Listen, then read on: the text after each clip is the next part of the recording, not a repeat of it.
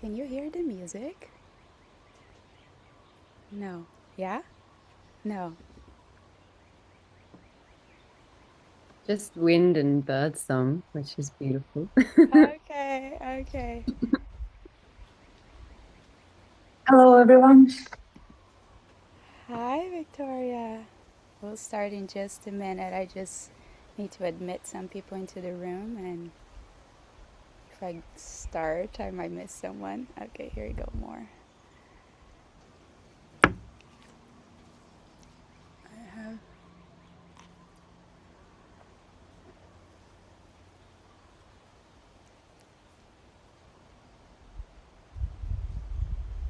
welcome, Amber.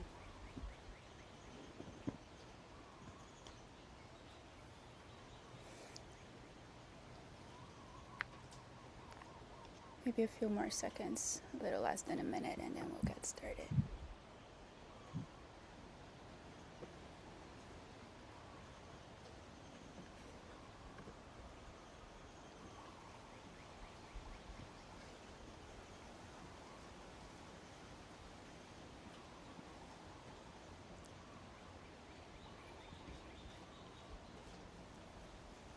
Hello, my love. Yael. All right. Welcome, everyone. It's March 28th. One more. It's March 28th of 2026. It's 7 a.m. here in Hawaii. Morning. Good morning, Sahar.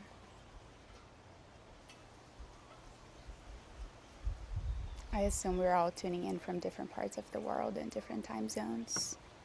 It's very early for me. My face is still a little swollen, but I had some tea. And even though we're all tuning in from different parts of the world, I feel like we're all sharing one world right now. Like maybe some of us are being stretched a little bit in this time. And I know there's a lot of good things happening too for many, many people. There's still magicking, but also there's a lot of stress and uncertainty and challenges.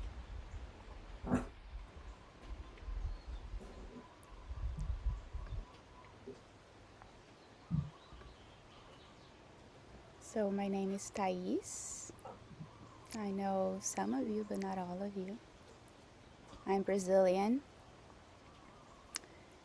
I was born and raised in Brazil. I only came to the US in the mid 20s. So if you perceive an accent, it's my accent, it's the way I speak. I not always get my English is good enough to teach a class, but not always it's perfect. But I like to believe that that's not my limitation. It's a poetic gift to put words together that make sense and touch the other. So I hope that in whatever I say, whatever comes to me today, you're able to receive that. And welcome everyone in the recording too. Some of you have reached out to me saying that you were not going to be able to be live with us. Some of you are going to come in a session number 2. Some of you are staying for both. It's all good and perfect. I love that all your cameras are on. That makes me really happy. I like seeing your smile, Yara. It's good to see you. Can you all hear me okay? Yeah.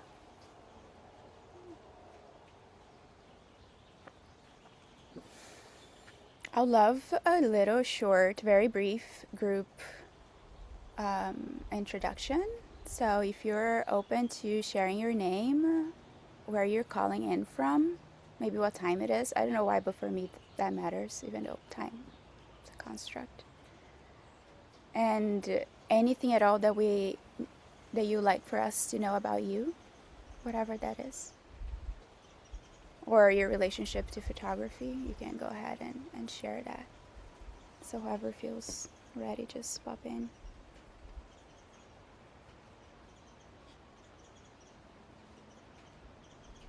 It's like, who's going to go first? I know.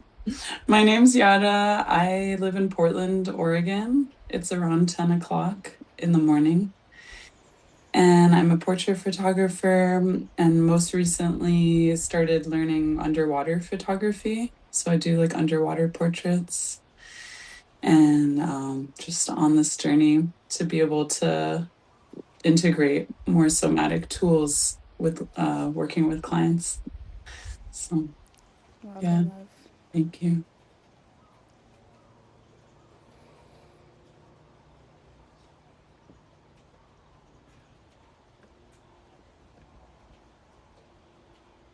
I can go.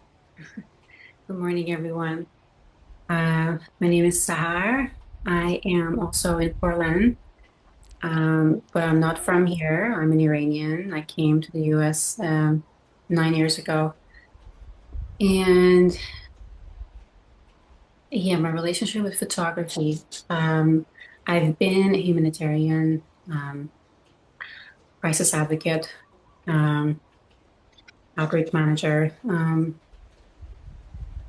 since I was 17. I've moved around the world, just mostly working with worldwide nonprofits in the crisis world, and photography has always been alongside my advocacy, and I've always been using it to honor people, to honor the people and witness them and capture what I've been mostly like the relationship that we had and the things that were unseen. And after 20 decades of burning myself out in that world, I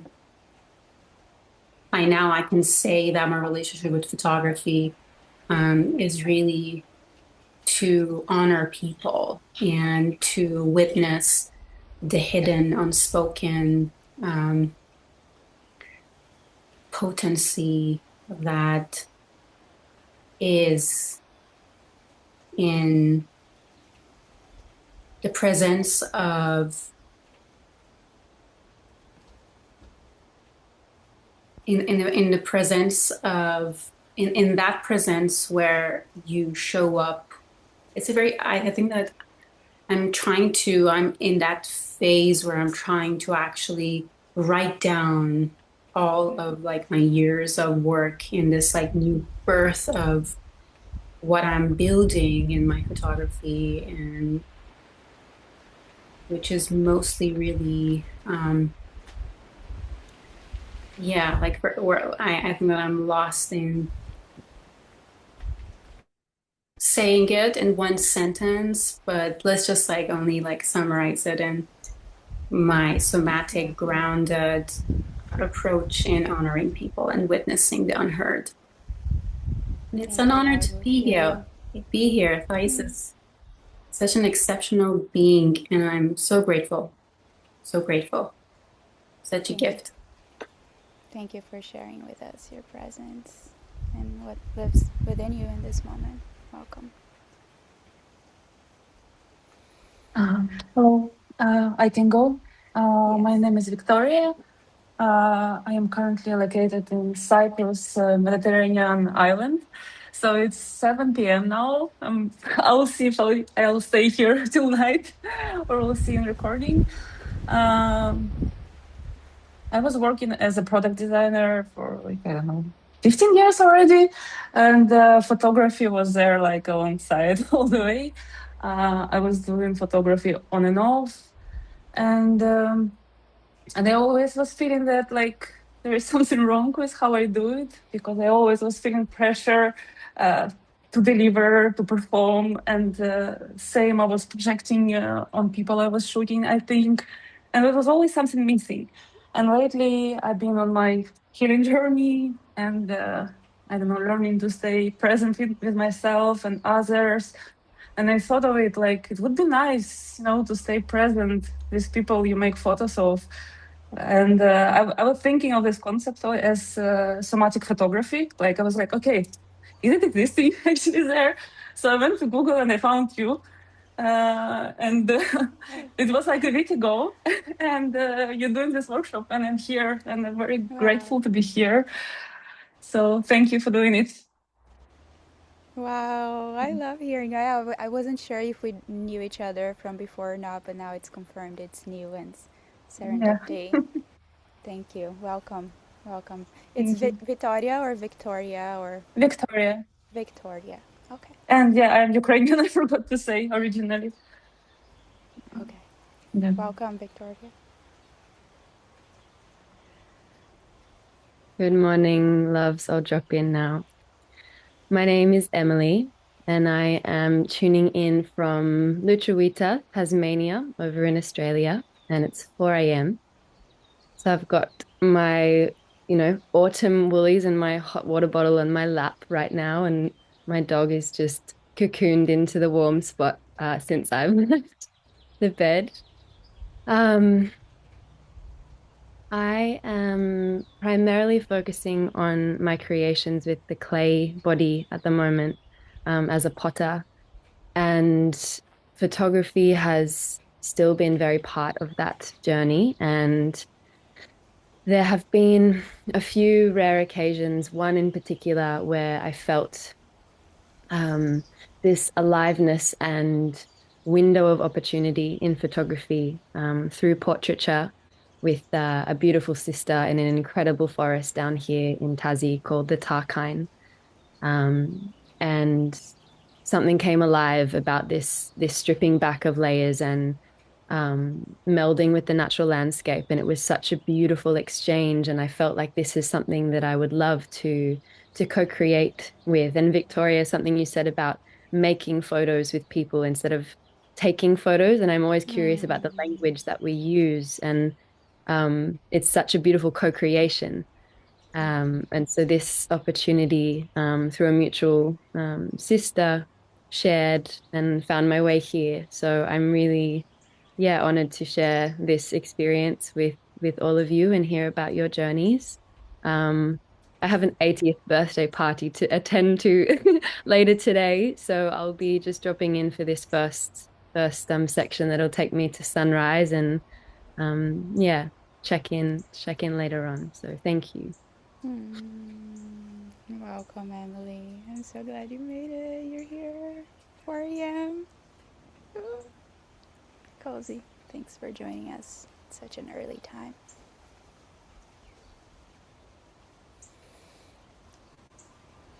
I can jump in here. Hi everyone, my name is Yael. I'm calling in from Kauai, so it's also 7 a.m. The sun is coming up. I have been exploring photography for a number of years, and my kind of way in was similar, Emily, to what you've shared.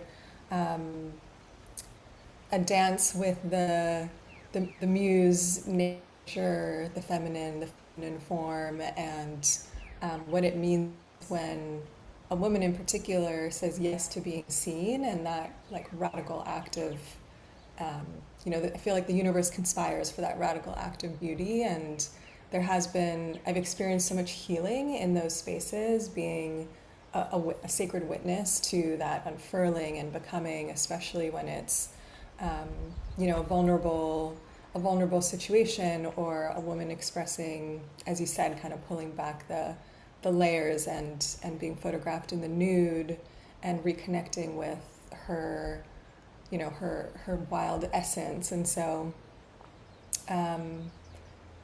I've mostly created photography in that setting, and life has lifed, and so I've kind of put my photography a bit on the back burner, and it's such a deep way in which I source aliveness and creativity. And so I've known Thais for a number of years, and it's always been so beautiful to witness how you deepen your craft. And so I was really excited to to join the session and just learn from your ways, because being in containers with you, I've definitely felt there's something else that comes online that I'd like to deepen in as well. So thank you for having me. And I also have a commitment that I made prior to this, so I'll be slipping out of this session just a little bit early, but really looking forward to the recording, and so grateful to meet all of you.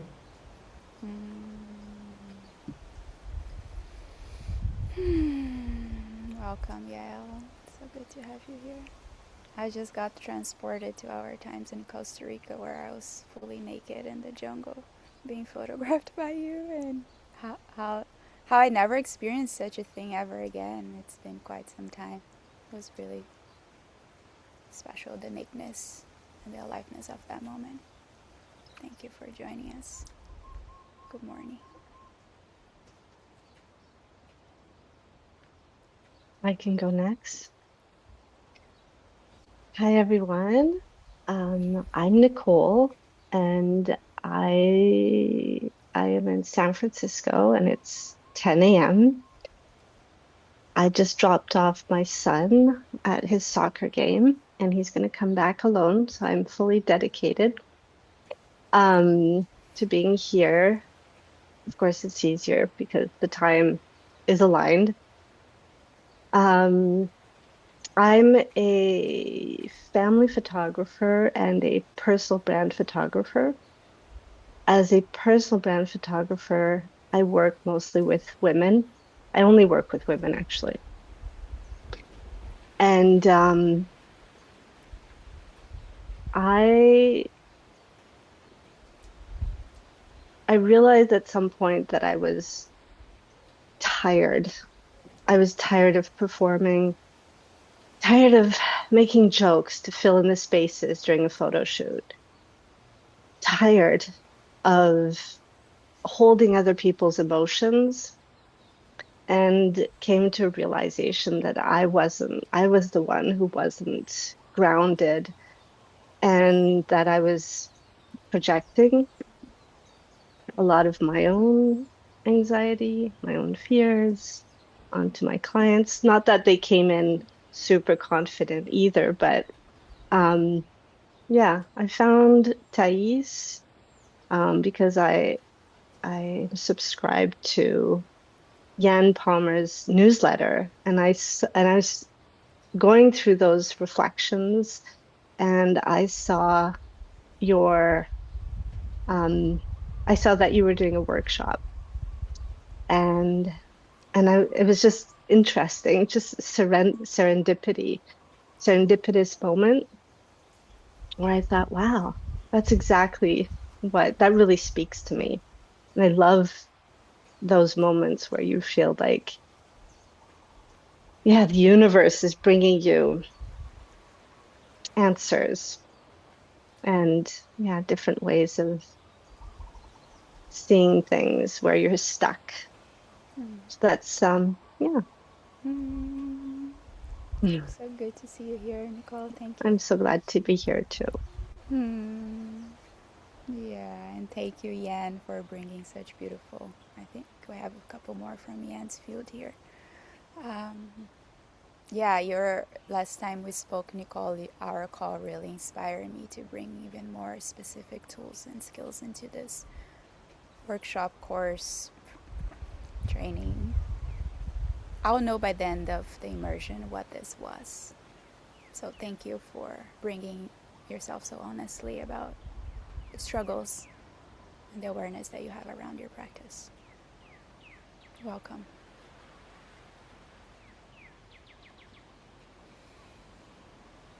Aloha, everyone. My name is Amber, and I'm also in Maui. You can hear the roosters in the background. So it's also around 7 a.m. here. You might see me nibbling at my breakfast because I just got back from the market. But my photography journey has definitely shifted a lot over the years. But since returning to Maui, I discovered a love and a passion for working with couples and capturing and being a witness to love. As someone on my own single journey, longing for love and relationship, I'm really inspired by all the couples that I get to co-create and hold space for. Aside from that, I'm also really passionate about co-creating with women and the feminine and nature. And I've been so grateful and blessed enough to assist Thais on a couple of shoots over the years. And I've just always been so inspired by just the presence that she embodies and the space that she holds and the alchemy and the art that's created in the sessions. And yeah, I'm just really grateful for the invitation to be here. Hello, hello, welcome. I'm grateful for you too. It's good to see you again.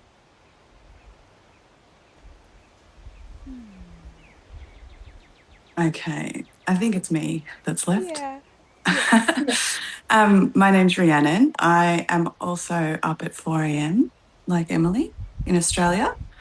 I'm in Ocean Grove in Victoria, and I also found you through Yan Palmer with Teeth Kiss this year, and your talk fascinated me, and I've been thinking about it ever since. So when I saw this come up, and then I also saw it was going to be recorded in case my 4 a.m. brain doesn't take it all in.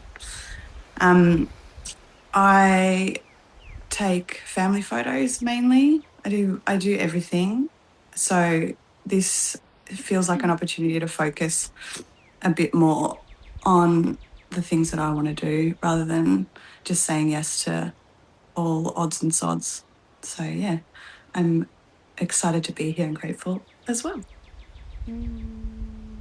Welcome. Glad you made it at 4 a.m.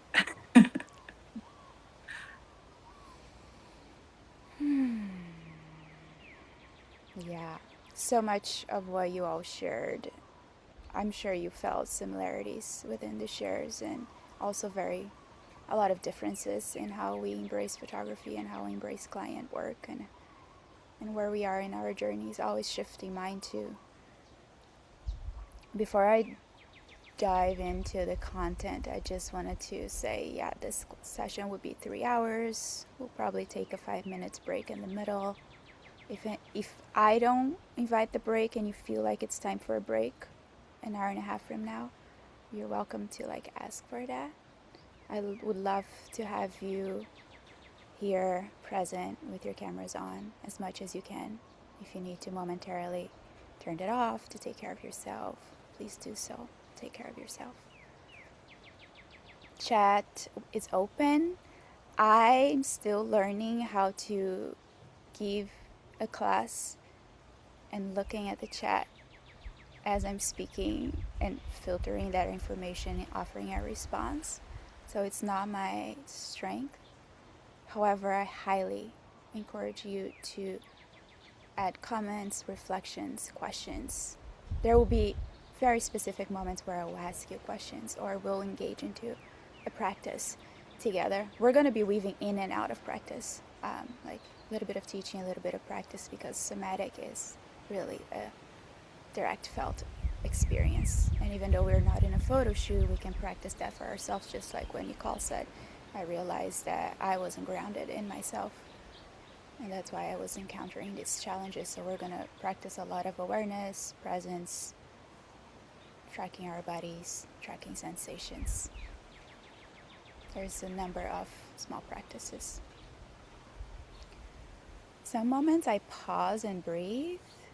Maybe it's because I'm reading the chat, maybe because I'm gathering myself. So don't feel like that's awkward, because I can just be here staring at you until something else touches me and then I say the next thing. So that will be part of our flow. You're welcome to take notes if you're a note taker, but ultimately just trusting that your body will absorb whatever it needs to and will release the rest. There will be a lot of content, there will be a lot of words spoken through my mouth, And you don't need to make sense of it all right now. You can always watch the recording and take notes as you wish.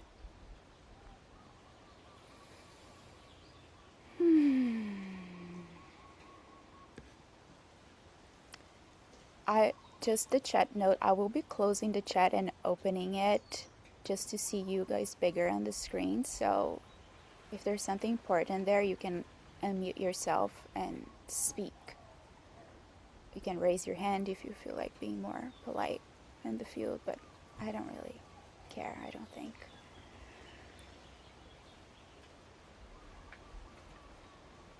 Yeah. Nice breath, Yara. Emily, yeah. Victoria. Just see the reorganization already starting. Let's go ahead and find more pleasure in this moment. So inviting more comfort. However ways. Maybe it's a pillow, maybe it's the back of the chair, maybe it's water near you, maybe your posture was a little like not quite right, your neck's tense. Just get more comfy. I'm like in a yoga ball, so I'll be like moving my hips throughout the session. I'm not in a chair, so if you see me doing this, you already know. Checking in with your comfort level. You're making small shifts, small or big. Temperature. I mean, I'm a little chilly, that's why I'm wearing this in Hawaii. I don't know how it is for you, Amber, or EIL, but it's raining even. I'm outside and I'm receiving water as I speak. And I'm resistant to going inside because I feel like this needs to be held out. So I brought this in. And also I have fire right next to me.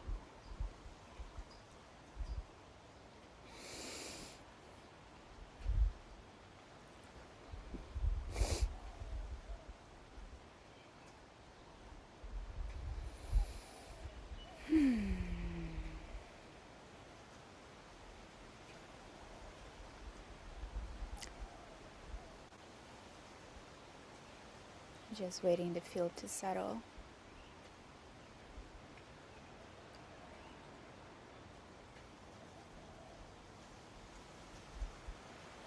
Yeah.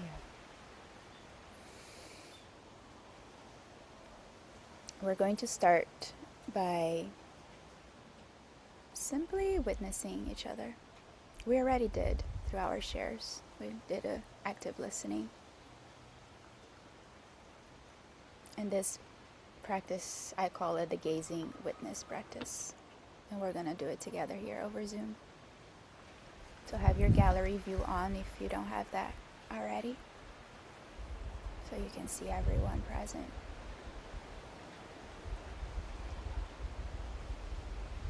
We all have our cameras on. Just grounding. This will take a few minutes, okay? Not too long. Just grounding into your seat, your chair, your couch, your bed. Feeling your spine. Maybe you have your feet on the ground for extra support.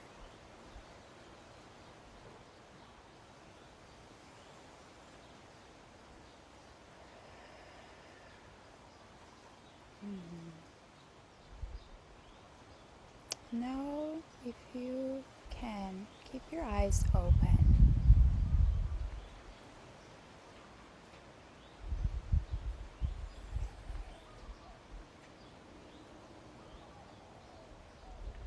And start observing the room here in the present moment.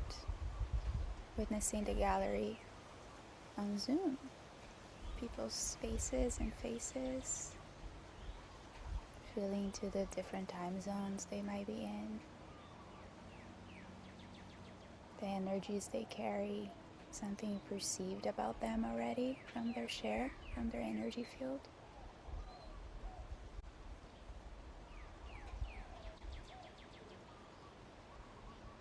Just scanning the room, looking in the eyes of everyone, or maybe someone in specific. Maybe there's one person that you want to look at. Trust. Feel into their presence.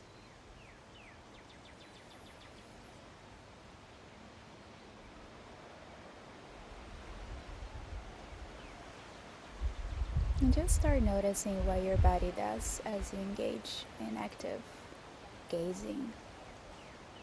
It can be overwhelming for some.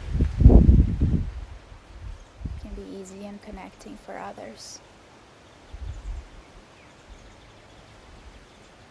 See if you could agree to occupy your own existence, your own energy field, your own presence in the space as you allow the other to be in their own presence. If it ever becomes too much, you can always close your eyes or look around the room, take a break, or if you're enjoying it, go a little deeper.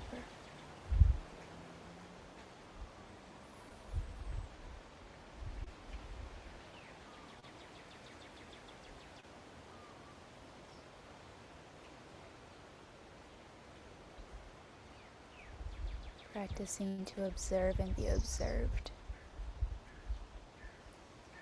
To see and be seen silently.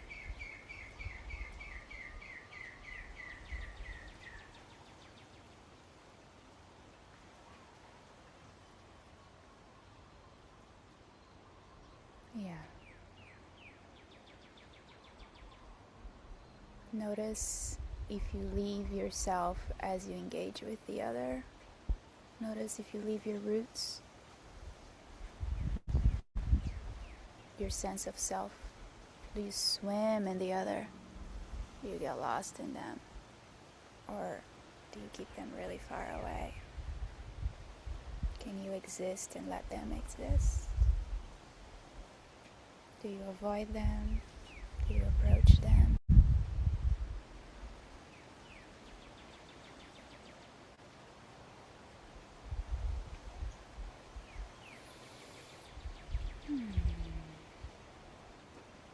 Just a few more moments here. We're wrapping it up really soon. See if there's anybody else that you want to take a peek, be with.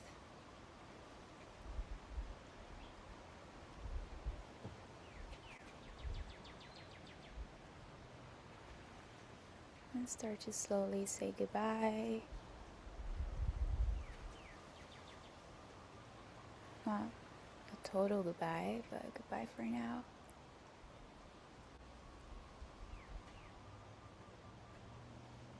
And you can, just for a brief moment, orient to the room you're in, so you can just look around, not into the screen, not into anybody's eyes, just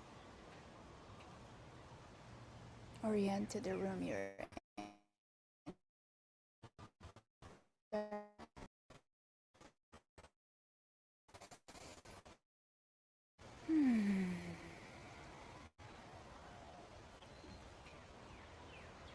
Take your time.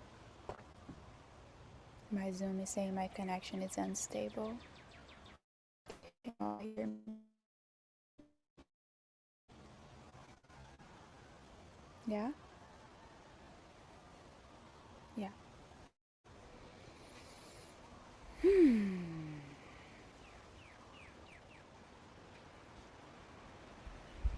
Yeah, see if your body has any impulse. If there's a stretch, you don't need to stretch, but if you want, see if there's anything there if you want to touch yourself. Your face. My hands are cold. I don't really want to touch my face. I want to warm them and my legs. Good. We're going to start more of the lecture portion. If that feels good for everybody, if anybody has anything that you need to share right now, you're welcome to. Otherwise, I will begin.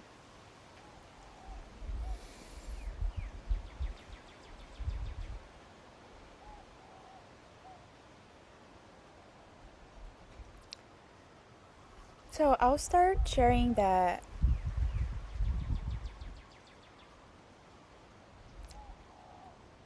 it seems like all of you have a relationship to photography that's quite nuanced and unique.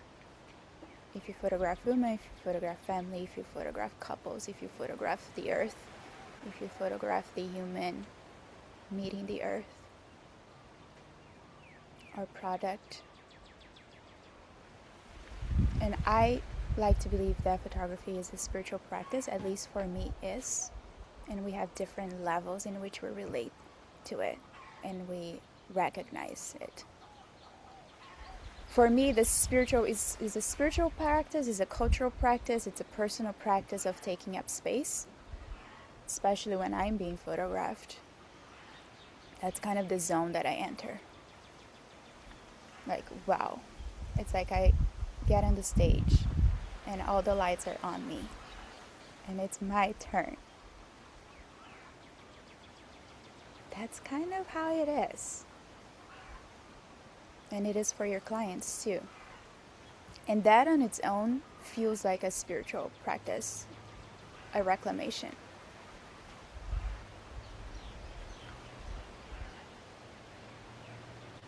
You know, as a child, as a teenager even, I was very shy. I would never think I would be teaching a class. Oh my God, no way. My voice was so silenced. And for years I lived like inside this contraction of, I could feel arrows in my body, I could feel the aliveness in my body, but I feel like I had no ways into expressing it, or it wasn't allowed. I had to swallow some of that, take up space, no way. Be the center of attention in a photo shoot.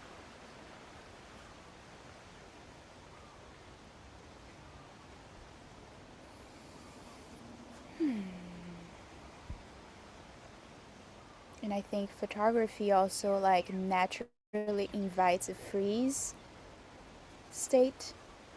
In session number 2, part 2, we're gonna dive deeper into nervous system literacy and somatic skills. I'm slowly gonna start bringing the words there, but just know that the more in depth will be in session number 2. As human, we all carry a natural freeze. At least I noticed that in a lot of especially sensitive bodies around me. And how photography naturally confronts that freeze. You know, photography, it's naturally a very vulnerable practice. It's no joke. Like, it's fun. We all have fun. Amber, like, we all have fun. We have a lot of fun. But it's confronting. The energies are there. The vulnerability is there. The edges are always present. No matter how fun we make it. That's why it's easy to mask it and hide it and perform. Because you just want to bypass what's actually happening in the body because it's too much.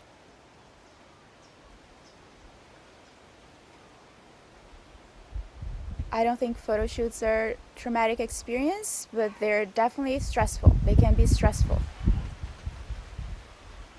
And if we don't acknowledge that from the very beginning and create tools to hold it better, invisible tools, people don't even know you're doing the thing, but you're doing the thing. You lose the opportunity to create photography as a healing practice. It doesn't matter what kind of clients, what kind of photography you work with. You know, you can see my work and you can see, oh, it's spiritual or it's soulful. She only works with spiritual leaders and women in nature. Yeah, all of that, it's true. But to embody these tools and these skills, somatic tools and somatic skills, embodied tools, we don't need to be creating a spiritual aesthetic session to be with human beings. Yeah.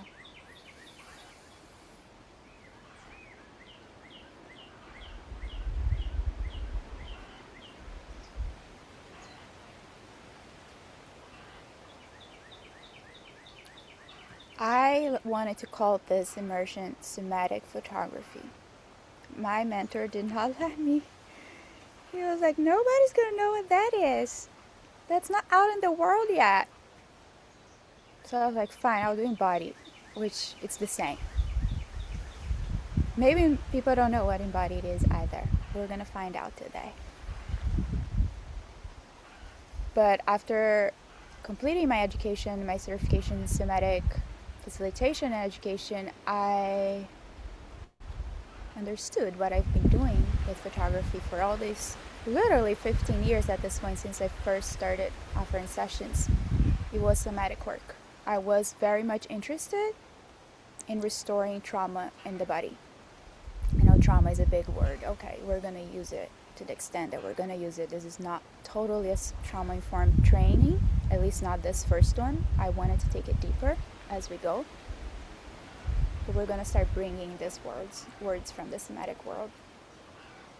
And when trauma happens in the body, we're not going to go into what kinds of trauma right now, because that's not the point. The point is we all experience some level of it, and our clients as well. Us and our clients, it's kind of all in the same in this container, in a way. It's human relating. So when trauma happens, there's a loss of something. We lose something. We lose safety. We lose integrity. We lose resilience. We lose trust in ourselves and the other. Sometimes in the world and life.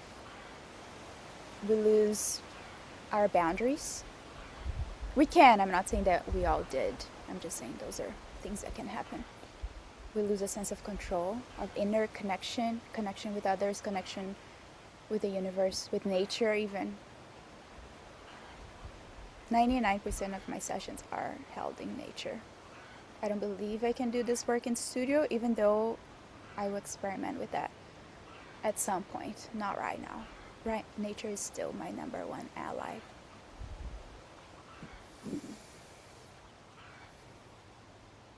In somatic photography and body photography, you can use and see what works best for you. Or even another name.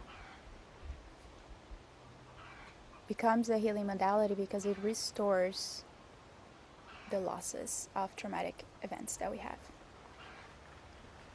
And I'm sure many of you have experienced the sense of magic in a photo shoot. Oh, something happened there. Something shifted. That the energy from the beginning of the shoot is not the energy from the end. There was like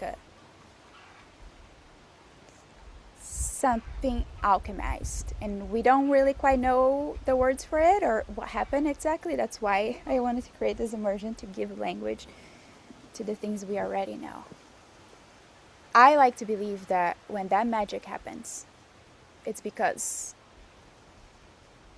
we restored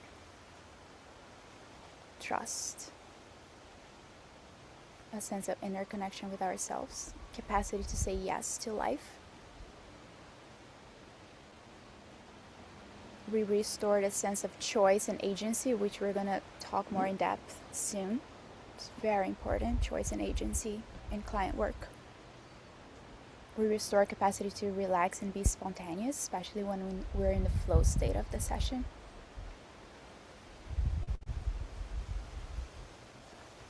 And I experience that a lot in nature. We restore our interconnectedness with nature itself, with the earth, with life, with oneness. Not always we have the time to really dive into that portal. So photography as an excuse to just bring people to natural elemental world, it's already a big thing.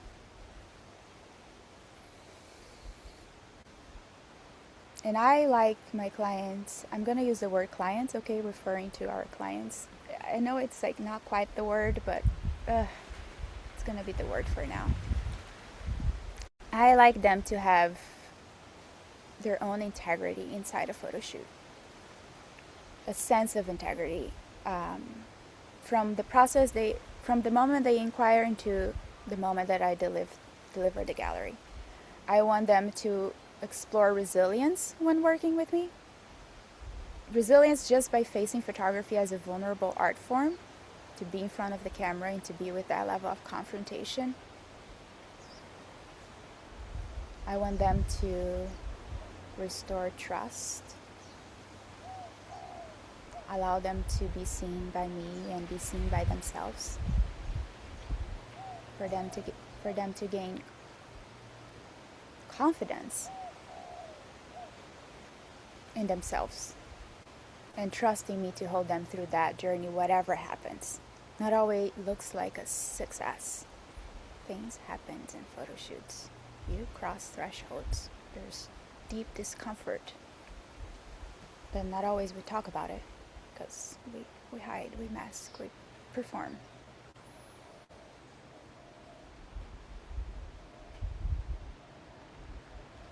And you know, this thing about taking up space, our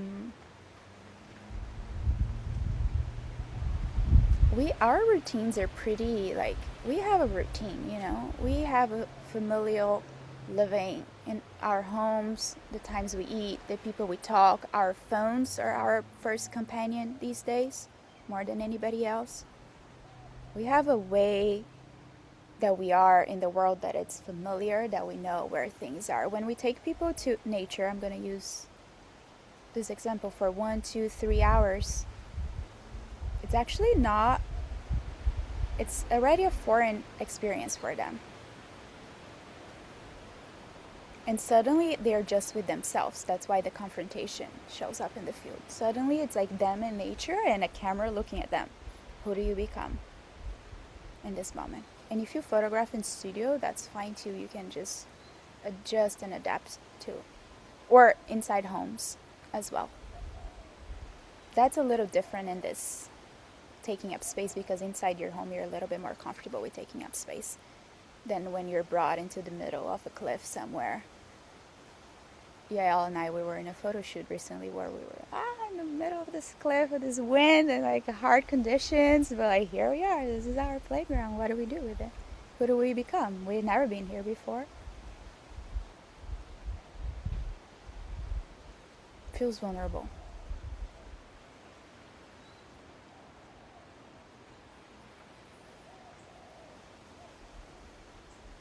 To be the center of attention feels vulnerable. So I just want to bring compassion to the ways that we work with clients and really hold them very tenderly from the very beginning. Because whether they say it or not, there's something stirring inside of them that can bring up a lot.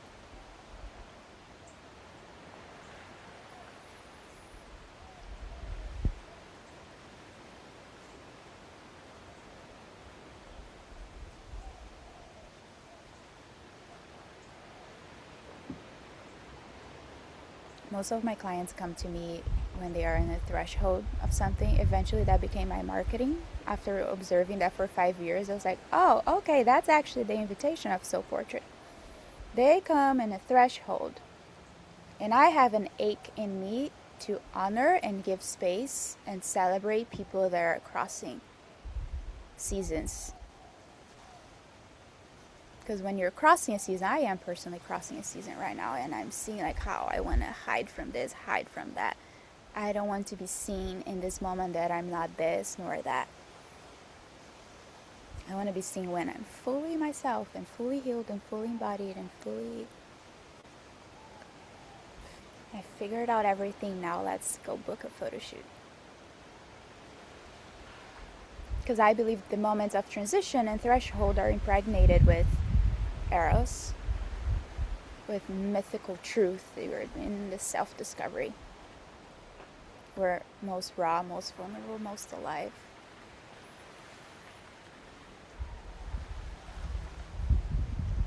And I think we need therapy, therapeutical spaces in those moments. Because when we are in those moments, the stories, the verbal, the stories that we are repeating about where we are in life, we get bored of them. We get tired of them. We're like, oh, okay, here again I am fitting myself into that story.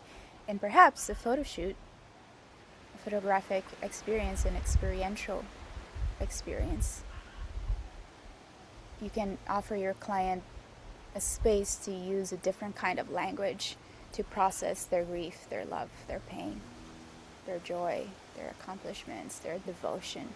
Devotion shows up a lot in my photo shoot, in my work.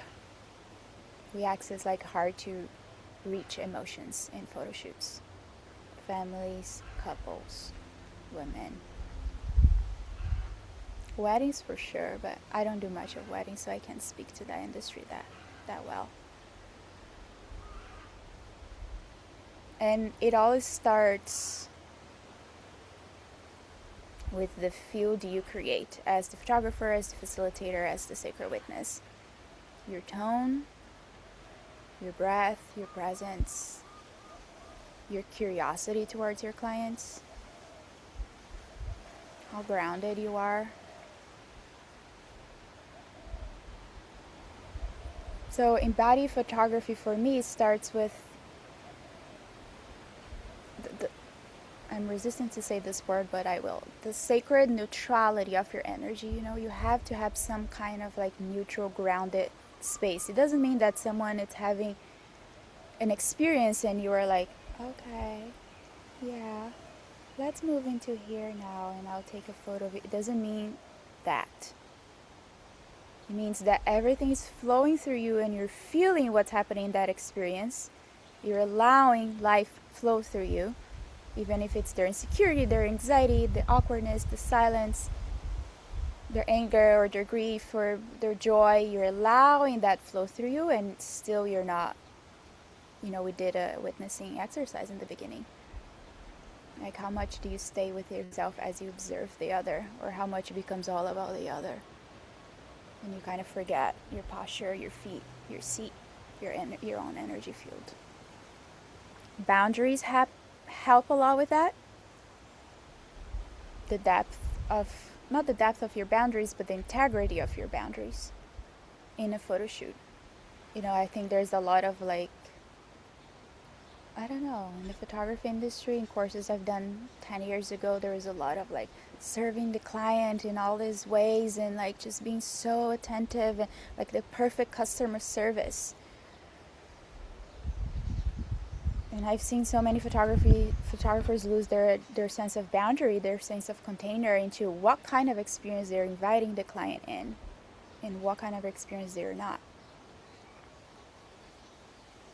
Because that will affect how you're mirroring someone back to themselves.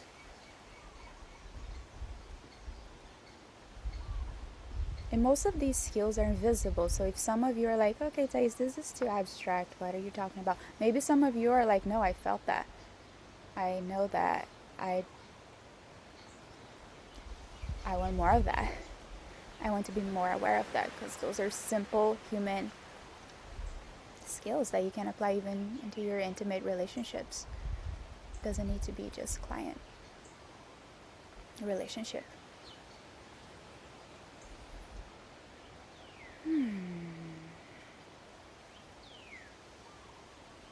Just taking a pause here. Yeah.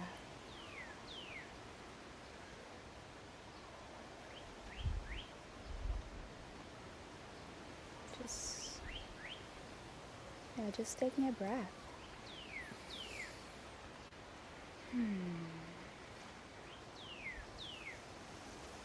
Yeah.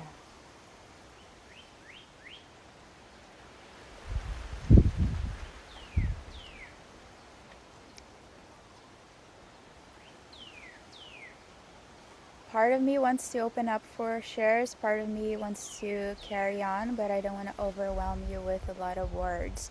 So if there's anyone that have anything to say or wants to share briefly in this moment, we're gonna have more time for a more spacious Q&A.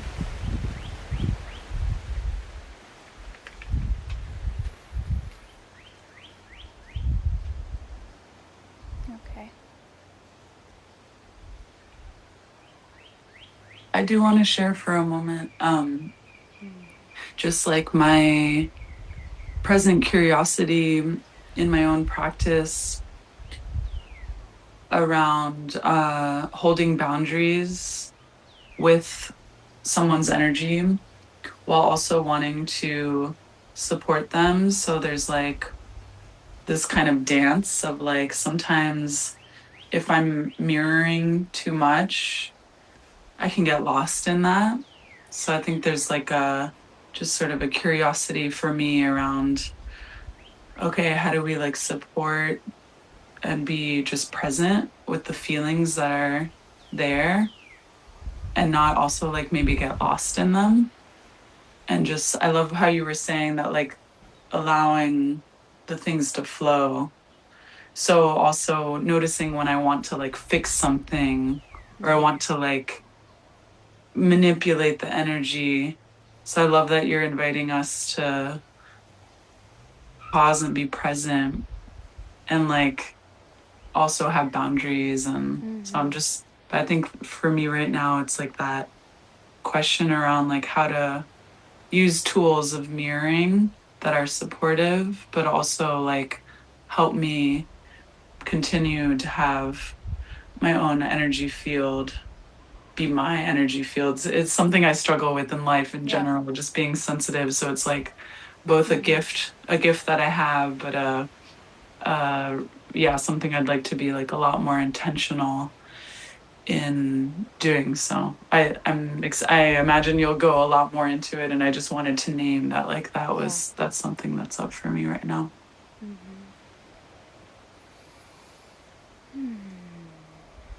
Yeah. Part 2 will have a lot of the somatic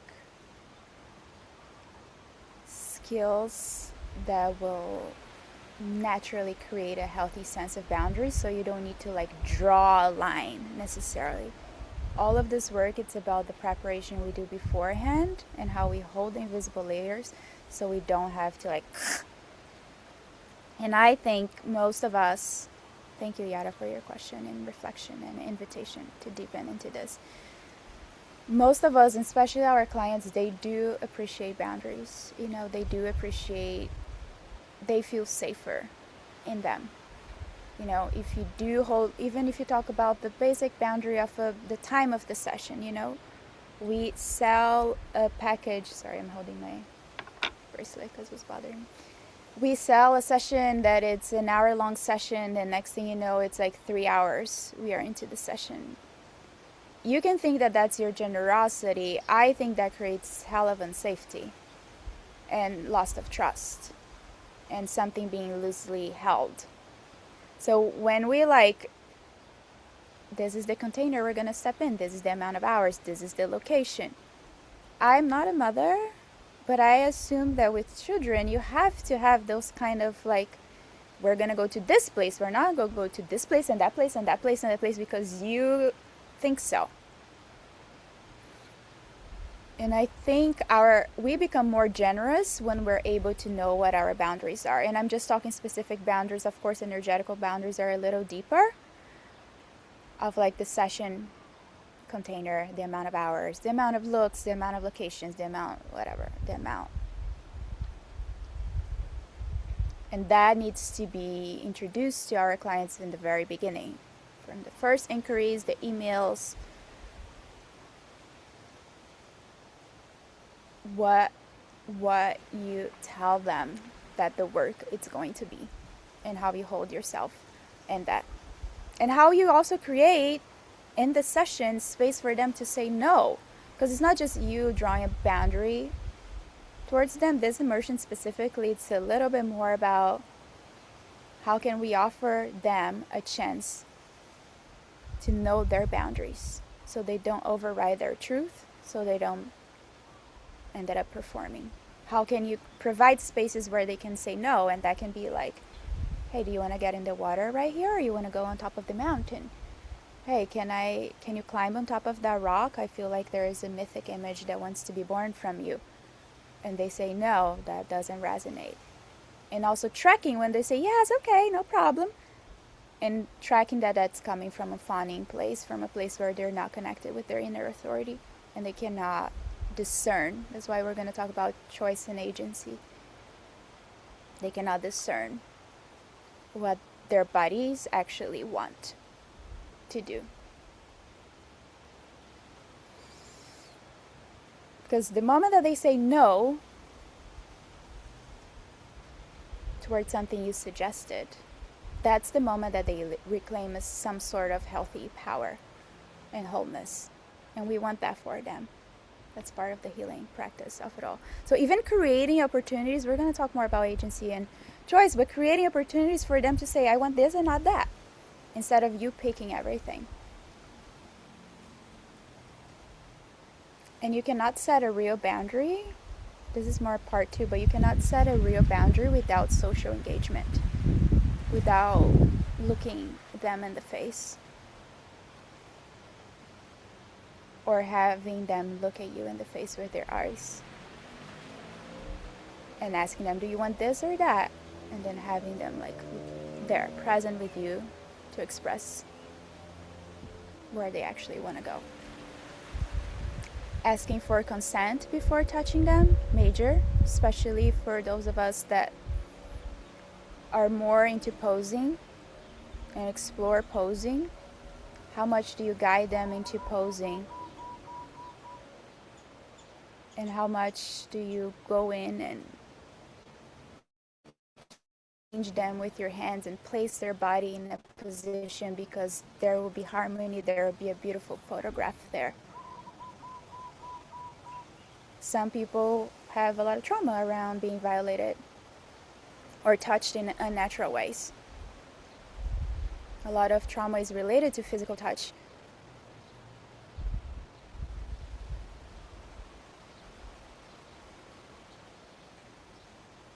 I'm like, should I go deeper into that, or should I just get out of that pool for a second? Because it just came to me, like, even my birth story, not to blame my mother or the doctors or anything, that's not the point here, but even like C-section, and just being touched before it's time, or being taken from a place before your body's naturally following that impulse to be born.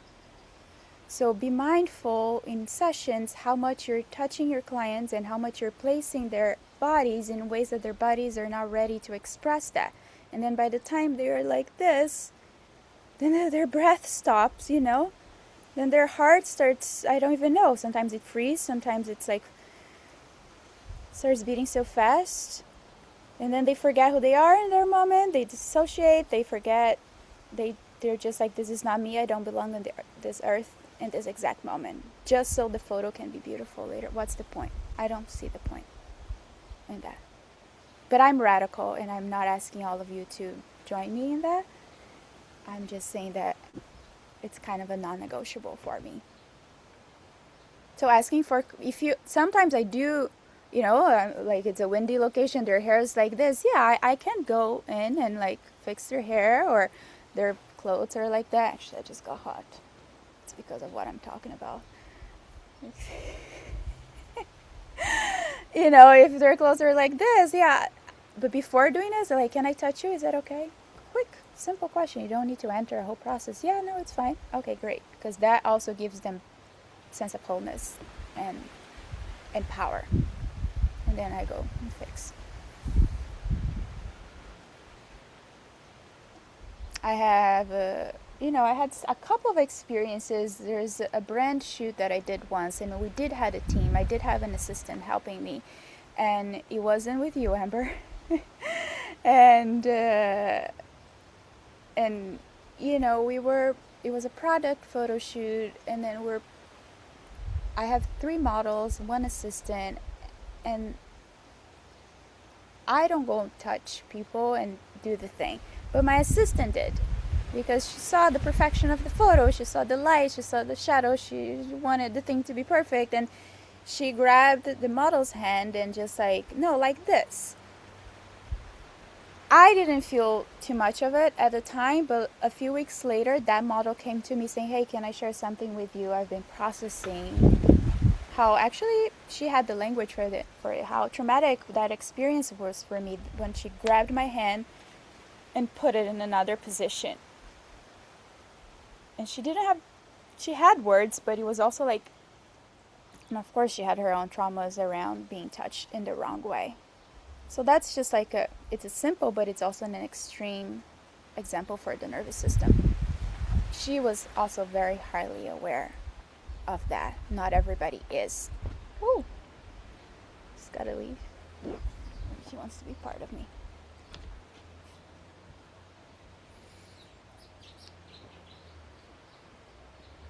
Do you all want to do a quick boundary exercise? Yara, are you willing to demo for a few minutes with me? Okay, since we're talking about it.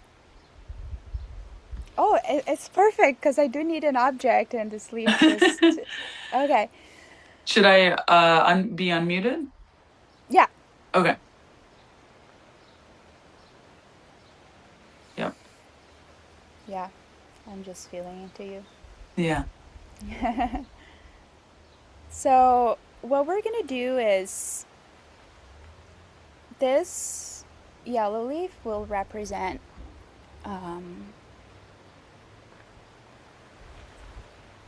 something, someone, a situation.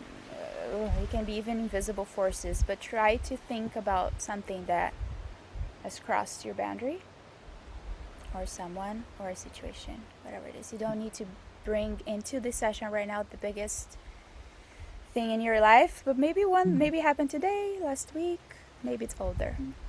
Yeah. I'm gonna remove it from the field for a little bit. Do you have that person or that thing or that situation? Yeah. Yeah, I do. Do you want to keep it to yourself or you want to share what it is? Not the whole story, just one thing. Yeah, I'm happy to share. I was at a festival and this woman like touched my back and I was like, you don't even know me. And it just really threw me off. I was like, why is this person touching my back? I don't like that.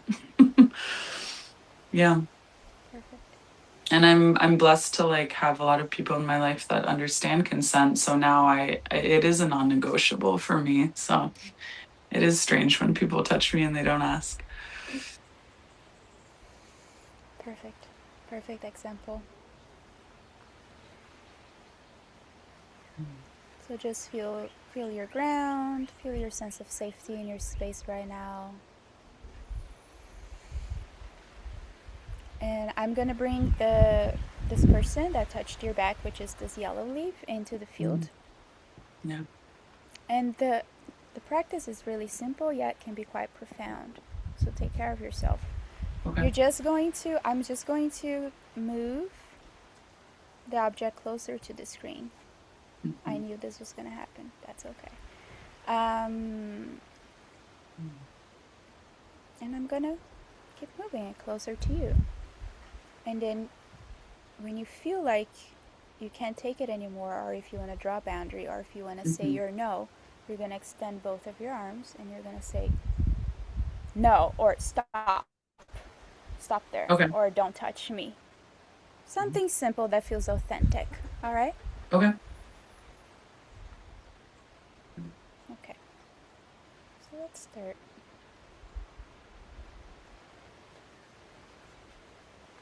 Just feel into the presence of this person that touched your back. And see how you feel. Stop. Don't touch me. Keep your hands extended. Keep the boundary for longer and see how your body responds to that.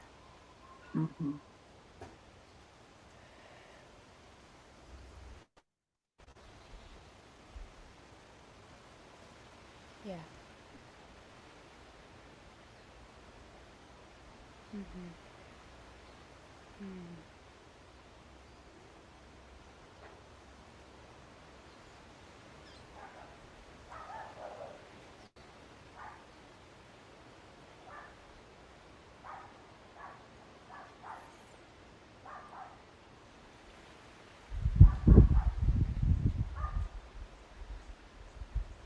I'll be photographing Yara if I was in a photo shoot.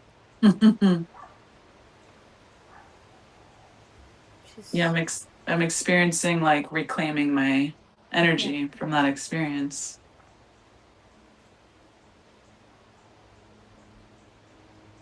Beautiful.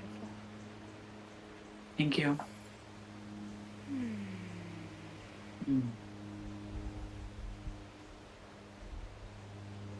Just giving a little bit of space here for Yara to reorganize herself and integrate saying no and drawing a boundary, or saying don't touch me, don't come closer, can be activating.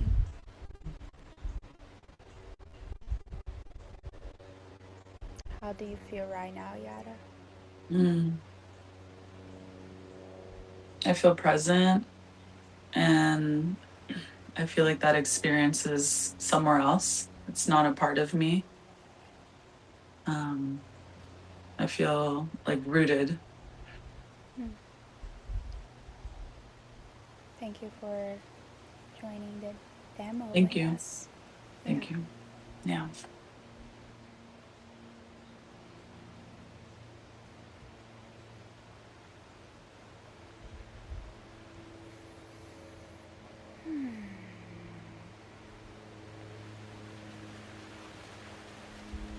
I'm going to talk about. Wait, let me open the chat.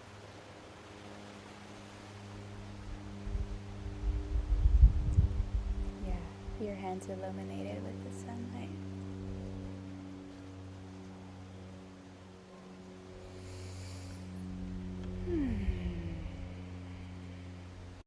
So how do we meet people? Yeah, how do we meet people? Even our friends, our clients. In this case, we're going to talk more about our clients. How do we meet the relational field? A lot of the description of this immersion was like, this is a relational workshop. How do we relate to one another?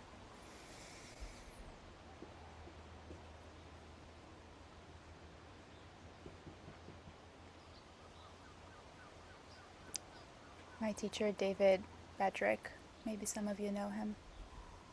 He talks about the importance of the witness in healing shame and trauma and discomfort and insecurity and depression. And he says that shame lives in the body for much longer. Shame or trauma lives in the body for much longer because in the moment of the abuse or the challenge or the situation happened, there's either a witness wasn't present to validate that experience, or the witness that was present did not validate the harm caused. And it did not offer emotional support to the victim. And sometimes that can be more painful if you see that someone is seeing what's happening to you and they're not doing anything, or they're not caring for you and they're not offering love, support, attunement. It almost feels like they're validating the action. I know that's quite like a big theme, but I like to believe that in photo shoots, because of the vulnerability of it, because of the nervous system activation that happens when we're stepping into that place, to embody this space of a witness, it's what creates a healing experience. I had some mosquitoes in my water.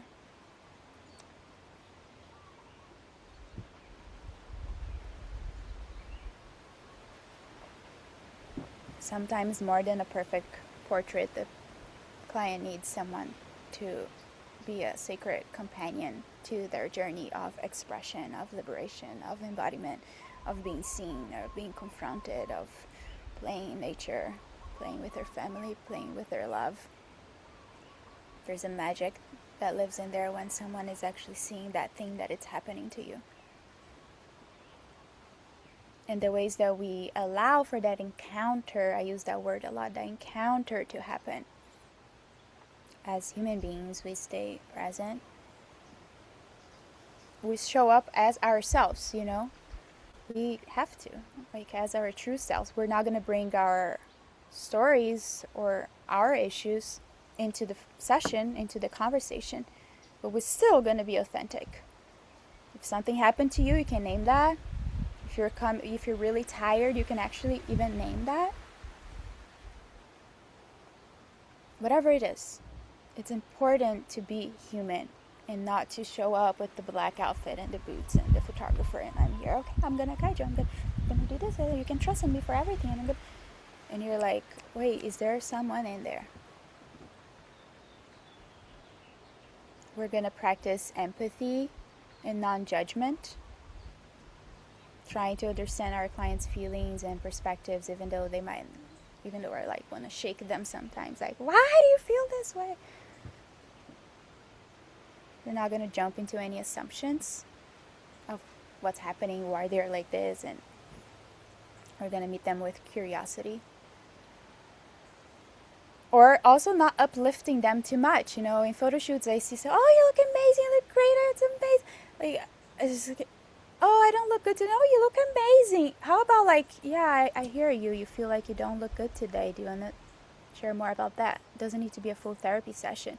But instead of us bypassing what they're sharing about, I don't look good today, and uplifting them immediately, can we actually meet them in their share, even though if that's a story, even though if that's not real, even though you want to say, no, you look actually beautiful. But be careful how much you jump into uplifting before actually hearing what they're bringing.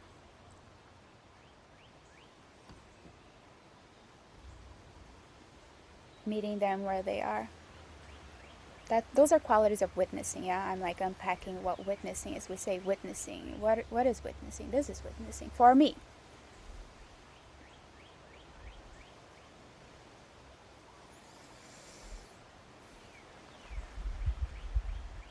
Communicate with curiosity, never assuming a state or what they want or what you feel like.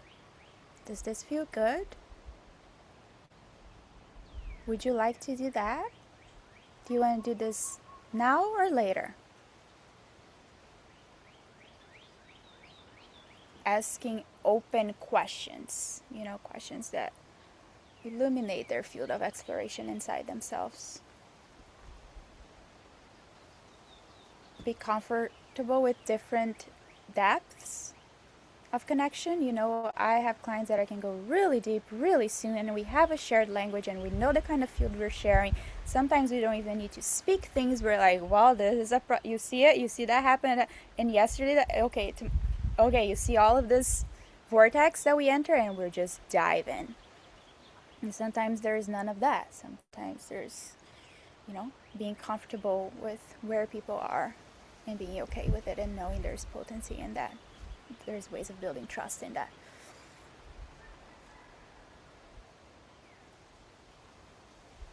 And of course, all these things that I'm naming, maybe all of you are already doing it. It's not like something completely new, but maybe you can bring more of these aspects and sensitivities into photography experiences.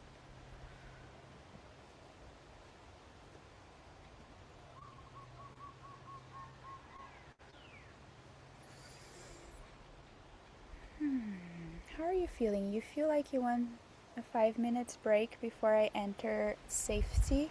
More what safety really looks like in the body and what safety really is. It'll be probably like a 10-15 minutes lecture, or we break after that. Yes, break after that. Break now. Say, Nicole. Break now. Okay. Let's take 5 minutes. Is that good? Okay, let's take 5 minutes.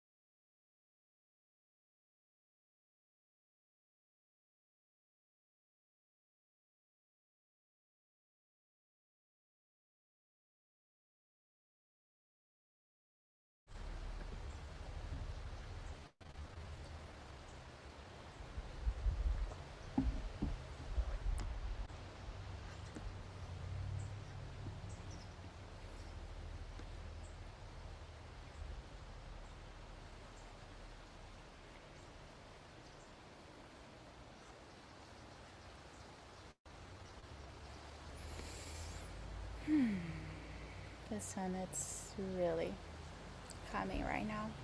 I hope I'm able to survive outside for a little longer.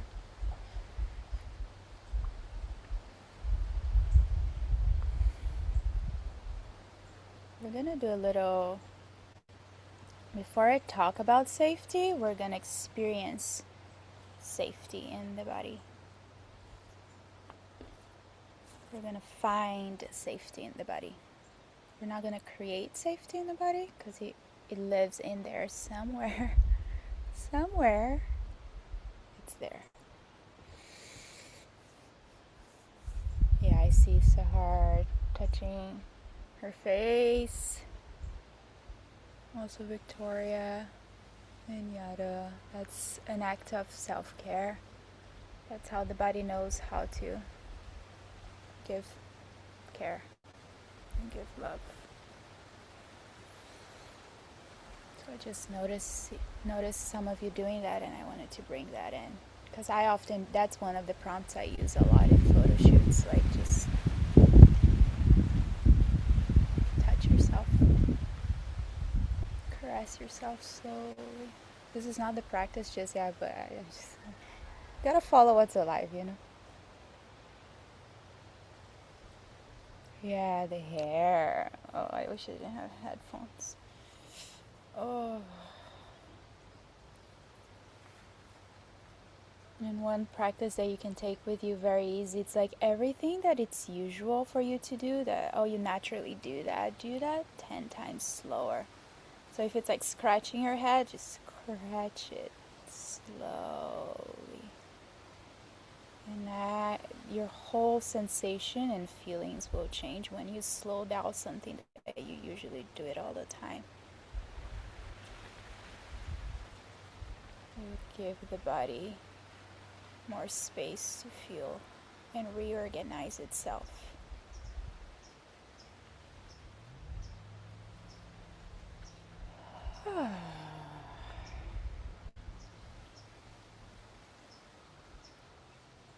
So I'll slowly guide you into the practice. So probably 5 minutes, no longer than that. I call it finding safety practice. Just taking a breath in there, grounding your feet on the ground.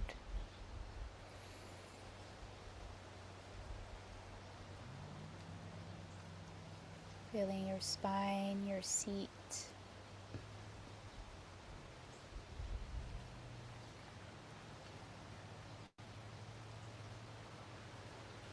Allowing the feel to settle.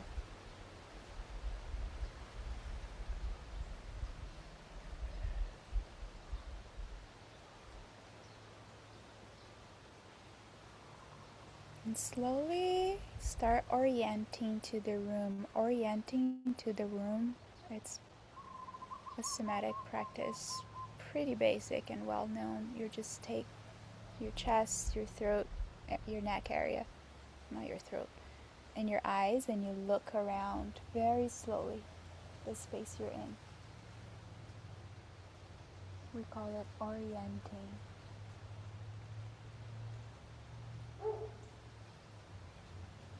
Scanning the room very, very slowly, 10 times slower. If you notice your head shifting rapidly, slow that down.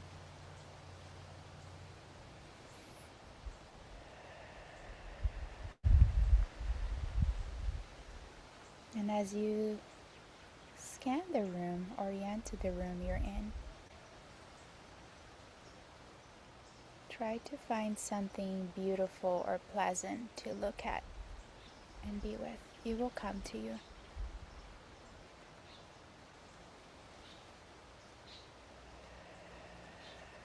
Finding something beautiful or pleasant to look at. And stay with it. Start noticing where in your body you feel that sensation that something is beautiful and pleasure right in front of me. Try to see if you can tell which part of your body is connected to that nice feeling. of that thing that you're looking at. This is a tracking sensation exercise.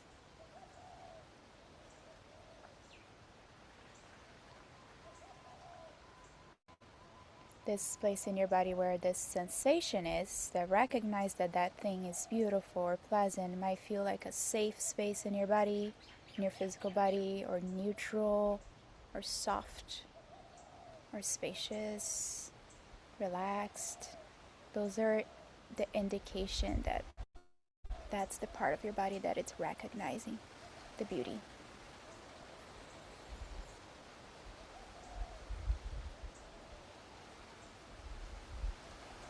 Just simply tracking your body. Where do you feel the good feeling is in your body right now? And try to stay still there. Bring your presence there and stay with it, breathing that sensation. See if you can expand it. Expand the sensation of pleasure inside your body, or just enjoy it as it is. Keeping your eyes open and looking at that very thing that you chose. You can bring your hands to the part of your body where that sensation lives. The good sensation, the spacious, resourceful, relaxed.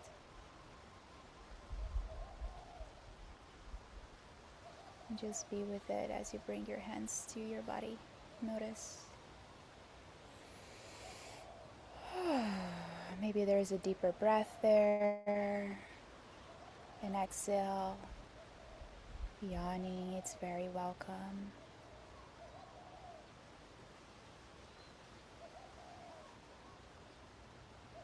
Maybe there's even sounds.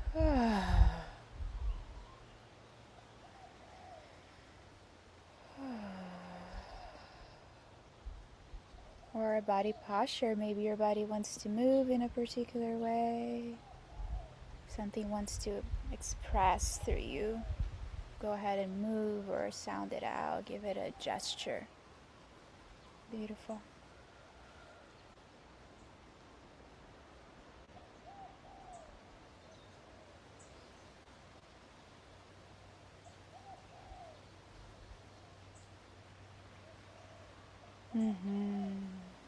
It's a lot of release in the room.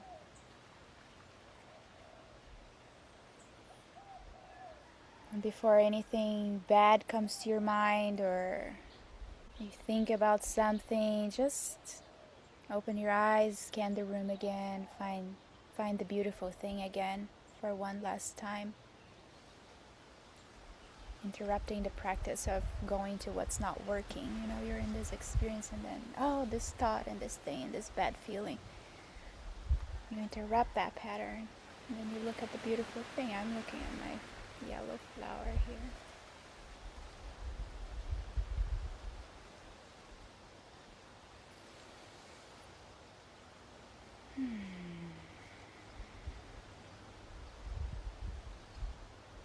Yes. If you need to complete any movement or give your body the impulse to do whatever you need, if you feel complete, you can, touch yourself or recognize I'm complete here.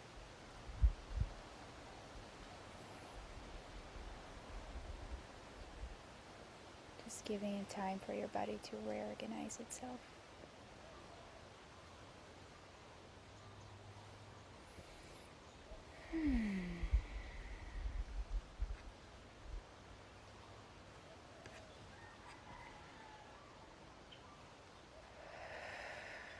I still see a lot of bodies integrating. You can start noticing that too. Just noticing the people here, the rocking, the yawning, the stretches, all of that. It's somatic release, tension leaving the body, inertia leaving the body. Victoria is rocking from side to side. That can be soothing maybe for her in this moment. It's how her body knows how to regulate. Maybe not.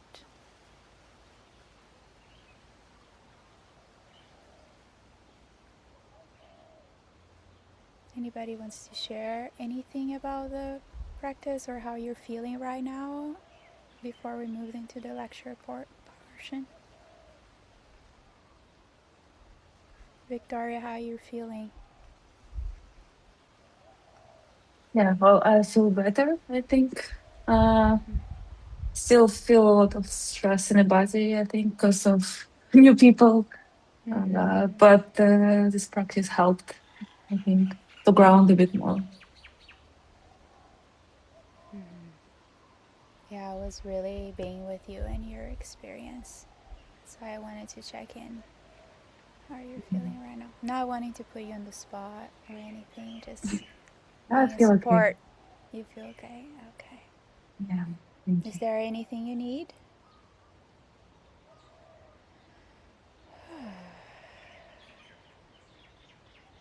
Okay. Thank you.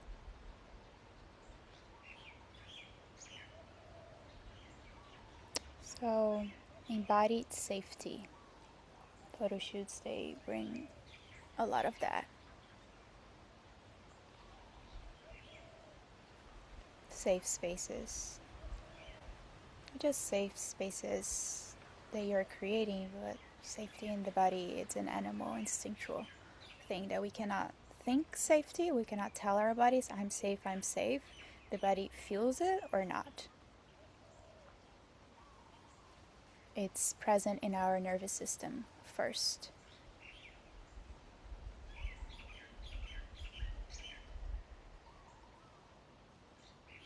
And once, we do these practices of tracking sensation, and you see that beautiful thing, whatever, this flower, and where is that flower exist within my body? Oh, it's in my eyes. Wow, what a trip. I feel that deeper, and then there's like a connection and a resonance there. By learning how to track our body, for some of us it's easier, for some of us it's really challenging to be in the body, to track the body, to stop and listen. We can listen to this, but what's going inside in the language of sensation, and sensation is like warmth, tingly, tight, chill, pulsating, poking. That's kind of the language of sensation that I want to start inviting you to feel when I say sensation, because emotions are more easy to track and the stories that we have as well. But once we start learning the sensations that we're feeling, the body starts to trust us, and it starts to whisper like, oh, you're finally listening to me. It's been 3 decades or 4 decades or however that I'm trying to tell you this because my heart's beating this way, but you're not noticing that the heart's beating this way when this thing happens. And when you start tuning to that, right now we just attune to safety and something beautiful and pleasant in the body. Sometimes it can be a trauma vortex. And just that intimacy with the body, when the body's like, literally I hear the voice like, okay, finally. Finally my hands are like this, and you're finally acknowledging that you create a different relationship to your body, a different relationship, a healing relationship to the body. Eventually you develop this perception sensitivity where your body can actually trust you and then partner with you to heal yourself and create more well-being. And once the body knows that you're paying attention to it, that's why presence, that's why we stop, that's why we feel the body, that's why we ground. Because when the body knows that you're listening to it, it naturally starts to regulate, to feel safe, to repair what was on the way, to repair disruption, to repair constriction. even in the short practice that we did, I think it was not even 4 minutes long, there was a lot of release in the room. There was a lot of ways the yawning was coming and the stretches were coming because we stopped to listen. And this is where we want to bring our clients into that moment where they can stop the stories, stop the performance, stop the masks, and feel into something. Even if the yawning comes, you're not probably going to photograph that, although you could, but there is like, oh, and their chest opens, and that's a photograph. And then there is like oh, my head just wants to do this now because I'm following the impulse, and that's a photograph. Even with Yada's boundaries exercise, like how beautiful was that state that she got. I would have stayed there and photographed, and I was like, exaggerated. What is there? Who is in front of you? What are you saying? Okay, allow your whole body now to place this boundary and to express this boundary.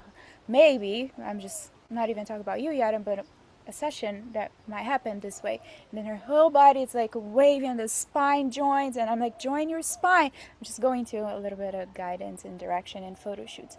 That's usually how you work somatically with posing. Without posing, you're just following the natural impulse of that body based on what it's already doing, and you got to be able to track that. If it's like, oh, someone does this, and then you're like, oh, what's in your hands? Okay, what are your hands saying? Don't ask too many difficult questions, because they're like, oh, what are my hands saying? And then the situation disappears and they stop the impulse that they were following.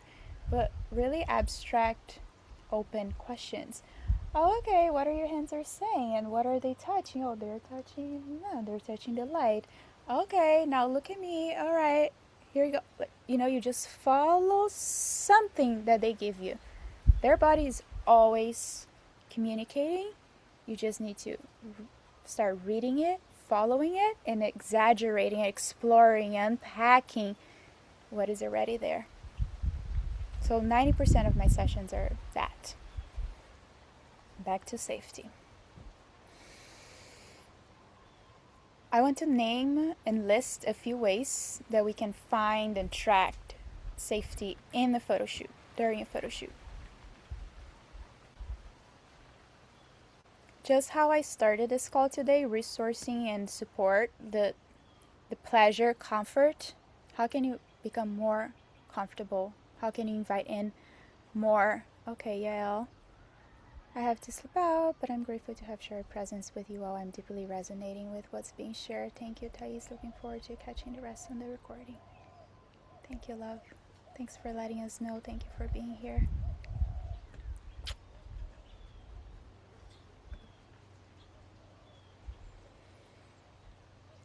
Your clients, they need to remove their shoes. They need to be barefoot. Are they hot? The things they're wearing, is it tight? Is it comfortable? Do they need a jacket? Is it chilly? Do they need a blanket? Do they need to drink water? Are they hydrated? Do they need to get out of the sun for a second? I'm already noticing. It's fine for now, but I'm already noticing I'm not resourced enough because this light is coming in really strong into my eyes. Simple things that you put the client as the me first, your pleasure first, your comfort first. It has to do with taking up space. Safety has also to do with choice and agency, which I spoke about it earlier.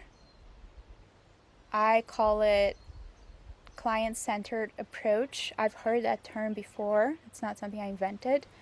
But in photography, the way I'm adapting to it, it's like our clients create the photo shoot with us or the experience with us, not us deciding everything. I kind of pass it over to them, the authority of shaping the whole container sometimes. Following their direction, following their preferences. In photography industry, there's a lot of like, oh, I trust you, photographer. I trust you to direct me. I trust you to pick the location. I trust you to pick my outfit. I trust you to do all these things. That's an industry that I don't participate in. I'm not going to say it's wrong. It's just not the somatic embodied way of offering healing transformational sessions. It's another way of exploring photography, and I'm not here to like say that anything's wrong with that. I'm just here to bring awareness to, if we lead with a client-centered approach where they can trust their desire, they can trust their choices. You know, we want to tell them your desire is the compass of this photo shoot. Your desire belongs here. We can trust in what you are choosing. We empower them to have self-trust.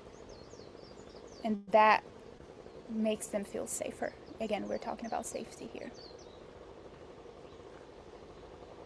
So ask them where they want to shoot.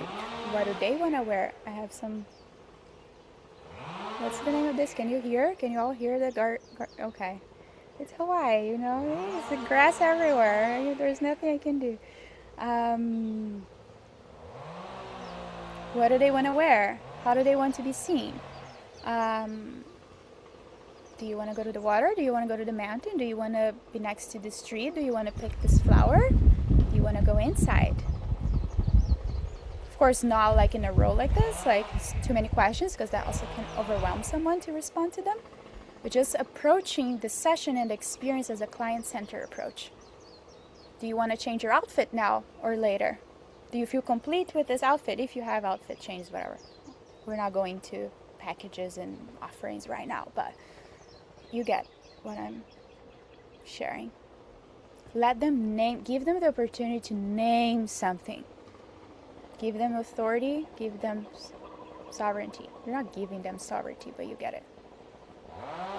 That alone creates safety. Questions, what do you need, are also welcome. Why not? Not always we know what we need, yeah. Not always we know what we need to feel safe. But as a culture, we're practicing to name what those things are, and that can be a powerful door. Also, looking for safety when you are in the studio, in the home, in the location. I work a lot in the wild nature, so I'm going to use that example, but adapt to your own reality. Where am I? Is there a threat here right now? Acknowledging that sound, the minute that it came on, I named it. Because I want to be in a shared awareness of what's happening right now. And that sound, it's maybe disruptive for some, maybe not for others. We gotta include what's real. Sometimes we arrive on the beach and there's a whole party event going on and we're going to shoot that couple, like, name that. Oh, I see that there's a party here and an event already happening. We're gonna be more on that side, or would you prefer that other one? Do you wanna go to this other beach instead? Give them that choice of location. Options. Offer alternatives and let them choose. We love being given options. We love to choose. So how can we do more of that in a photo shoot instead of deciding everything because our clients think that that's best for them, because then you do it everything for me. That's like a fake way. There's no power there. There's no sovereignty. It's part of the system. I'm not going to go into that because I'm going to get even hotter. But let's be careful with that stuff. It's simple. Ask about their relationship to water, to the jungle. Are the grounds stable? Is it wet? Did it rain? Are they going to be barefoot? Do they have ability to walk? You're going to hike on this thing to get the most beautiful sunset. Can they walk there? Do they have any injury maybe? You never know. All of that brings safety, because not always they're going to speak. They're going to be like, I have that injury, I can't hike, but I will. Yeah, of course, let's go. No, you choose. And then they're hurting, and then their whole nervous system is altered and in charge, and you don't even know. They sometimes don't even know. And they're never going to be able to be in full expression because of that. Are there animals around? Is there poison ivy? In Hawaii, we don't have it, but I know you all in the mainland or some other. Australia, they say it's the most, like, there's all these kind of crazy animals there. I don't even know. How are you naming that in the field, you know? How are you acknowledging the presence of this potential spider if you ask them to lay down in this jungle and just be yourself with all this deadly animals around you? You either do it or not, and if you do it, you not transfer the responsibility, but you name the potential not to bring fear into this space. We're all adults. We got to be able to. Poison ivy is real, you know. How many times I'm upstate New York shooting in clients and I want them to like roll around that field, but I'm like, ticks, God, I leave it up to them. How much is the location private? Do they need privacy? Some people, they like to be, I'm here to be with what's happening. Some people really need a lot of, we're all very different. Can you check in with them? If you need a location that it's completely private, or are you okay with food traffic? Some beaches here in Hawaii, they're gorgeous and beautiful, but you better believe at sunset, everybody's going to be there. Or is it better to be at the other beach that it's not so gorgeous and so beautiful, but it's a little more private depending on their nervous system? All of that you can figure it out before the session time in your conversation dialogue with them.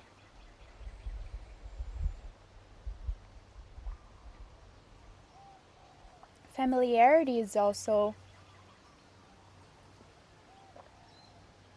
something. Too much newness in a location can have this sense of wonder and childlike curiosity and exploration if they're open to that. But it can also provoke some kind of freeze or flight response. Starting to introduce a little bit of the somatic. Taking them where they already know can feel in a certain way, and some people need that. Taking them to a completely different space, they can feel disconnected, fearful, unaware of these grounds and these rocks. I don't know. I need familiar land to feel myself. How you find out what kind of client you are working with. Wind. I'm going to talk more about elemental stuff, I think, session 2, but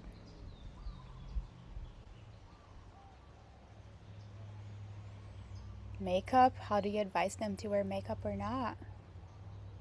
Some clients of mine, they go and they hire makeup artists and they show up and I'm like, who are you?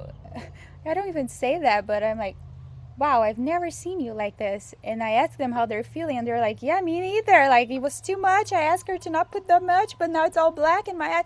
And I'm like,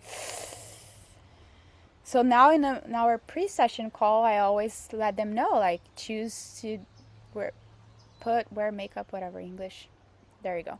Wear makeup, but make sure you still recognize yourself. Make sure you know that makeup. Make sure the level that you want to go, because then you're going to look at these photos and you're going to be, who, what?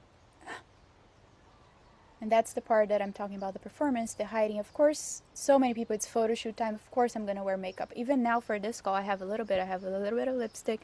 I have some black thing here. I'm not like, it needs to be completely raw just because. It's up to the person and how they feel good, but make sure they're truly embodying that truth and recognizing themselves in it. Again, we're talking about familiarity. I kind of branched out, but I have these like topics under safety. I have some notes here too. Familiarity, even the makeup, your face. Postures and gestures of safety. So when I feel like they're too out of themselves in the session, I always bring self-holding. Or they hit a wall, they don't know what to do. It's like, yeah, hold yourself. Starfish, lay on the ground. Hugging a tree, lean against the tree. What brings postures of safety to you? What makes you feel safe and comfortable in this moment? Touching your body.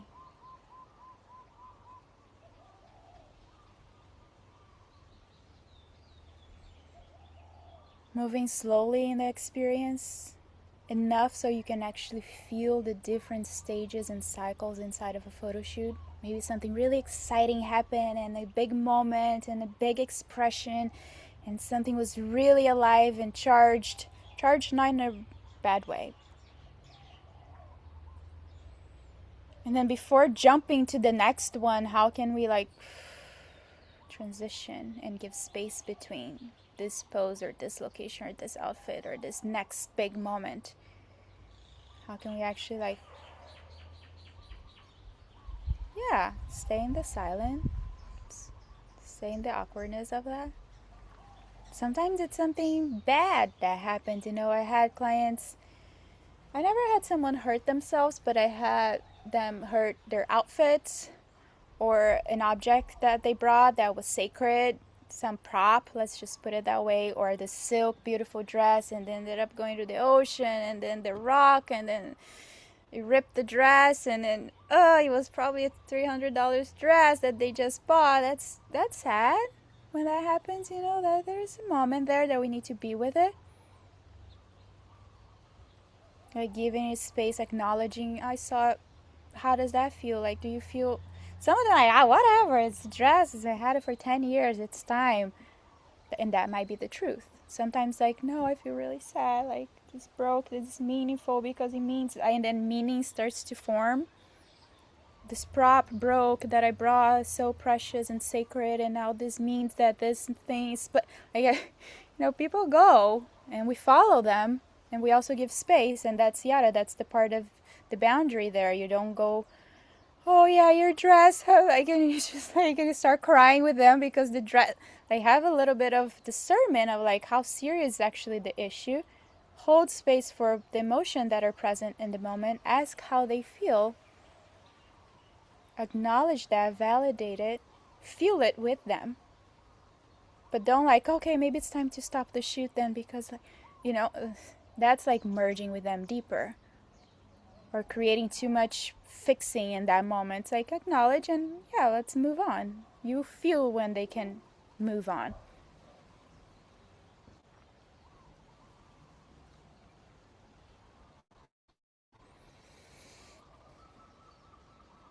Slowing things down like that after acknowledging and letting the body integrate, letting time for the body to find coherence again, to find its ground again.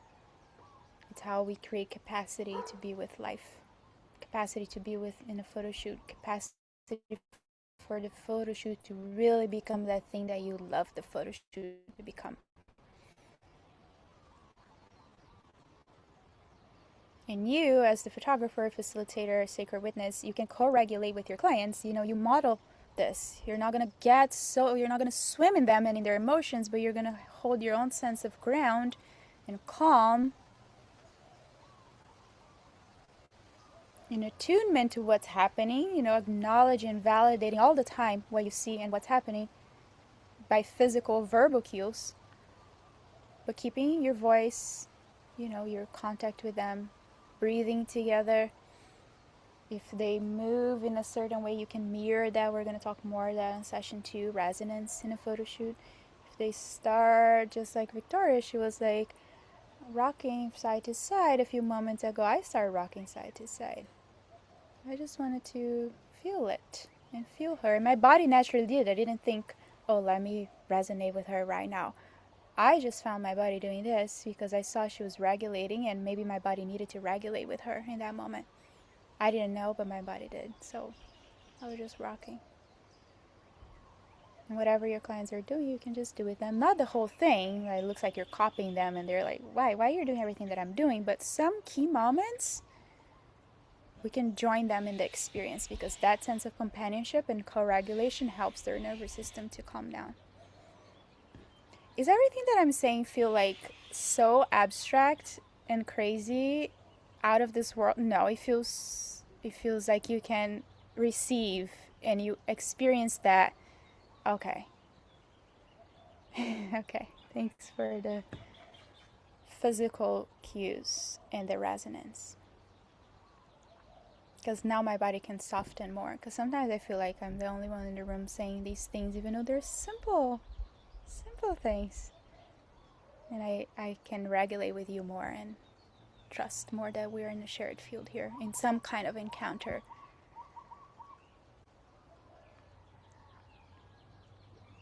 Can I share an example? Yes.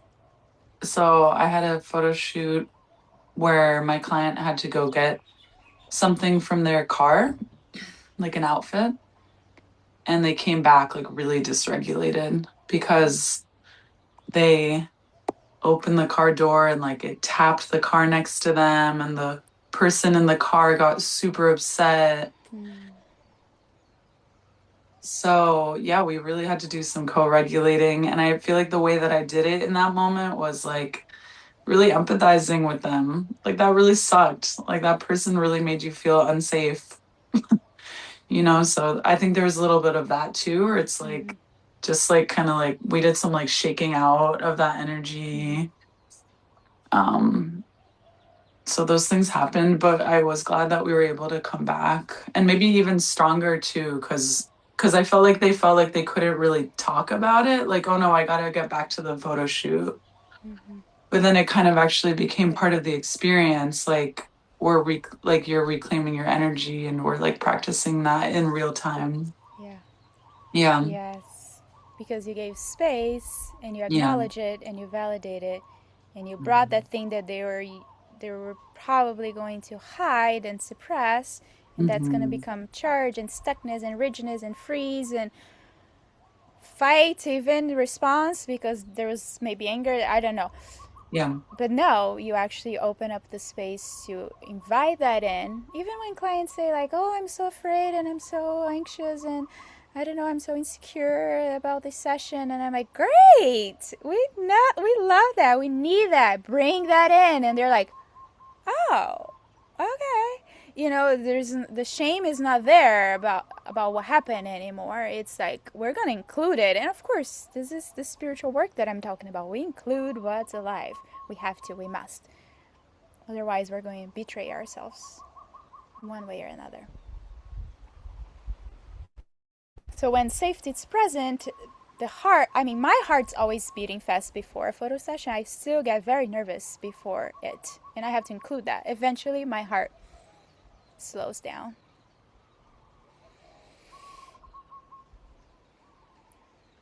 My breath is deeper. Their jaw is relaxed. Their hands and jaw and clients, you can tell where their nervous system are by seeing how much their lips are.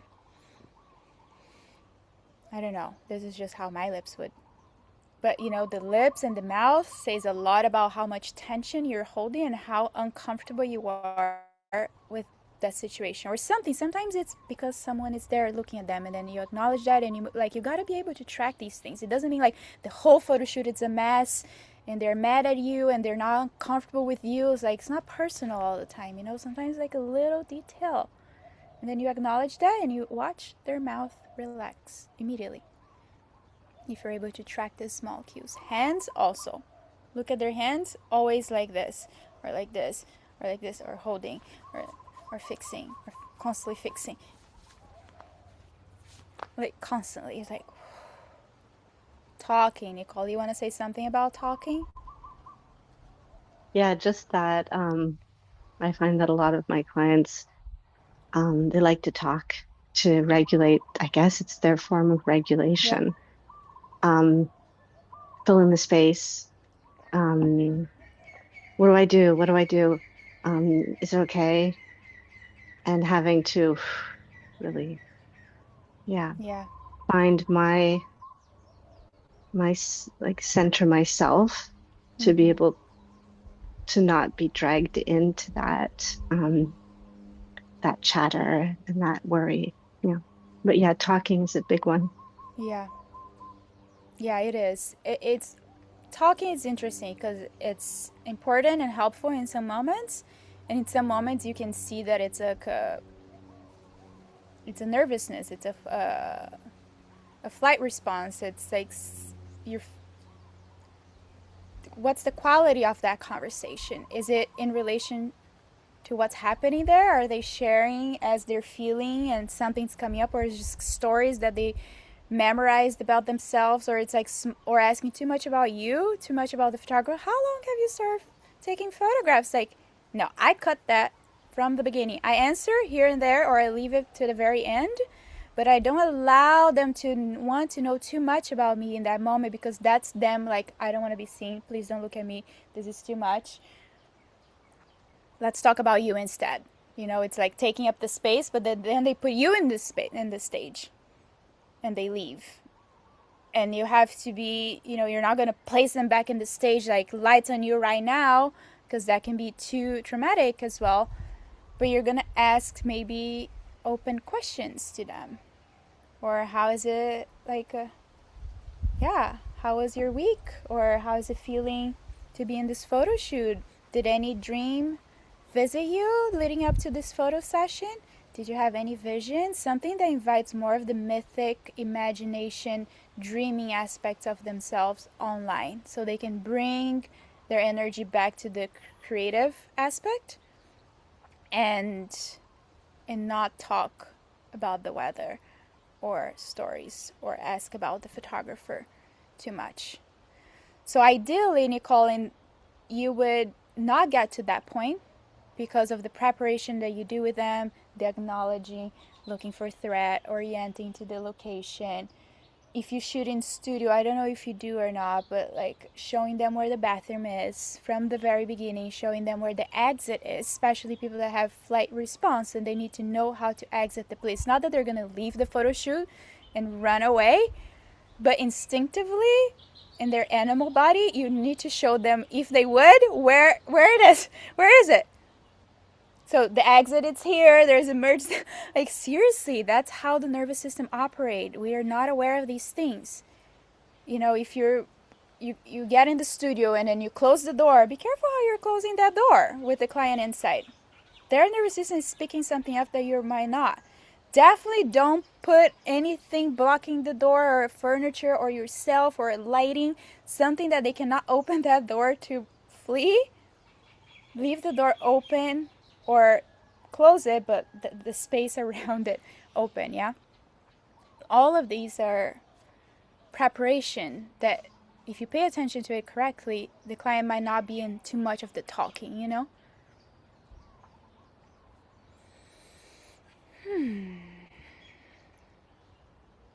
Anybody else wants to share anything around client's experience with their nervous system or situation that you didn't know what to do so we can all brainstorm together and help you? Anything coming up?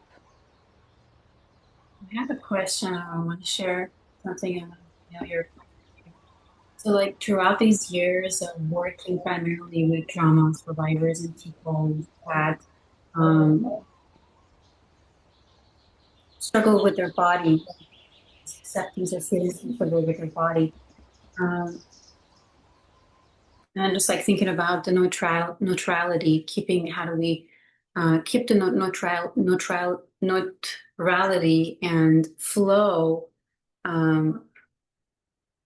with the energy that and everything that is unfolding and honoring it and allowing it, but at the same time holding the container. I think that I, as a person who work with all of these people gone through intense traumas, I've been in my sessions. I've been holding too much space for what was unfolding, and sometimes the sessions would completely go. Most of the time, would go unexpected, and I somehow love it. I think that it's just a part of the signature, but at the same time, I want to ask you about the boundaries, because the cultures that we bring into the sessions, everyone bring, we're talking about the touch and the consent, but it's so interesting that, working with, living in all of these different parts of the world and working with so many different people, I've learned, and including myself as a Black sheep, I carry, I think that multiple cultures with me, and I learn there's a neutrality in the language of boundaries and consent. Neutrality, there's a universal trauma-informed language of consent that sometimes in the sessions with people, you can get surprised because the understanding or language, the expression of boundaries for people are different. And what is your point of view? What do you think that how can we keep the structure of our container and then yet flow with what is unfolding and then yet keep that neutrality? You're muted. Okay, sorry about that. I'm curious how you were inviting them into the session, into the word, into the photo shoot with you. What happens before that?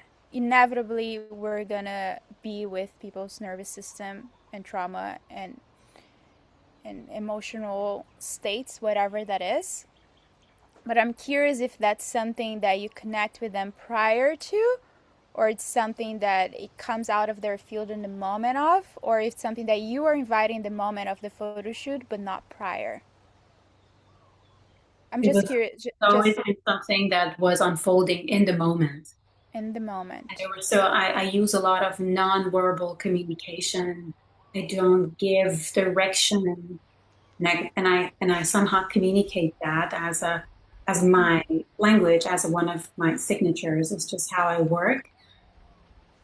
But within that, when I allow that to happen, throughout the years that I learned different skills of the art of boundaries and consent. And this is something that I'm experimenting with it. That how do I'm practicing the neutrality of Mm-hmm. not, and at the same time allowing what is unfolding, because that magic and that thing that even want to express, it can even be something that is uncomfortable for the person. And that is exactly that magic that you want to photograph, and they want that to express and come out. How do we guide it back to that place of neutrality and grounding it? And I'm not saying that I'm not able to do that, but I want to ask you, what is your perspective? What is your guidance? And how do you do Yeah, that? yeah. Thank you for bringing that. There's a few things that I want to name here. One of them is that I'm very like open about the way that I carry myself, the way that I carry the field, the intention form, the emails, all of that's happening. It's very like an invitation for them to recognize where they are in life. It's not necessarily an invitation for them to bring up the biggest trauma that they have to be processed into a photo shoot. In some way, somehow, that gets clear. My contract, oh my god, I can send you all my contract. It has like emotional intelligence, or like it's just everywhere I can. In the intention form, there's like water consent, like you're responsible for this and that. Because I'm preparing them to recognize themselves, to include all the emotions, to include the states, to even include the trauma. But I don't practice catharsis in my sessions. I don't practice big moments of explode. I don't think for the healing to happen, it needs to be like a full blown out traumatic release. Not traumatic happening the trauma in the moment, but a release experience of the trauma. And that's just the way I hold silence and space. So if something, of course, if something happens, we're going to hold it.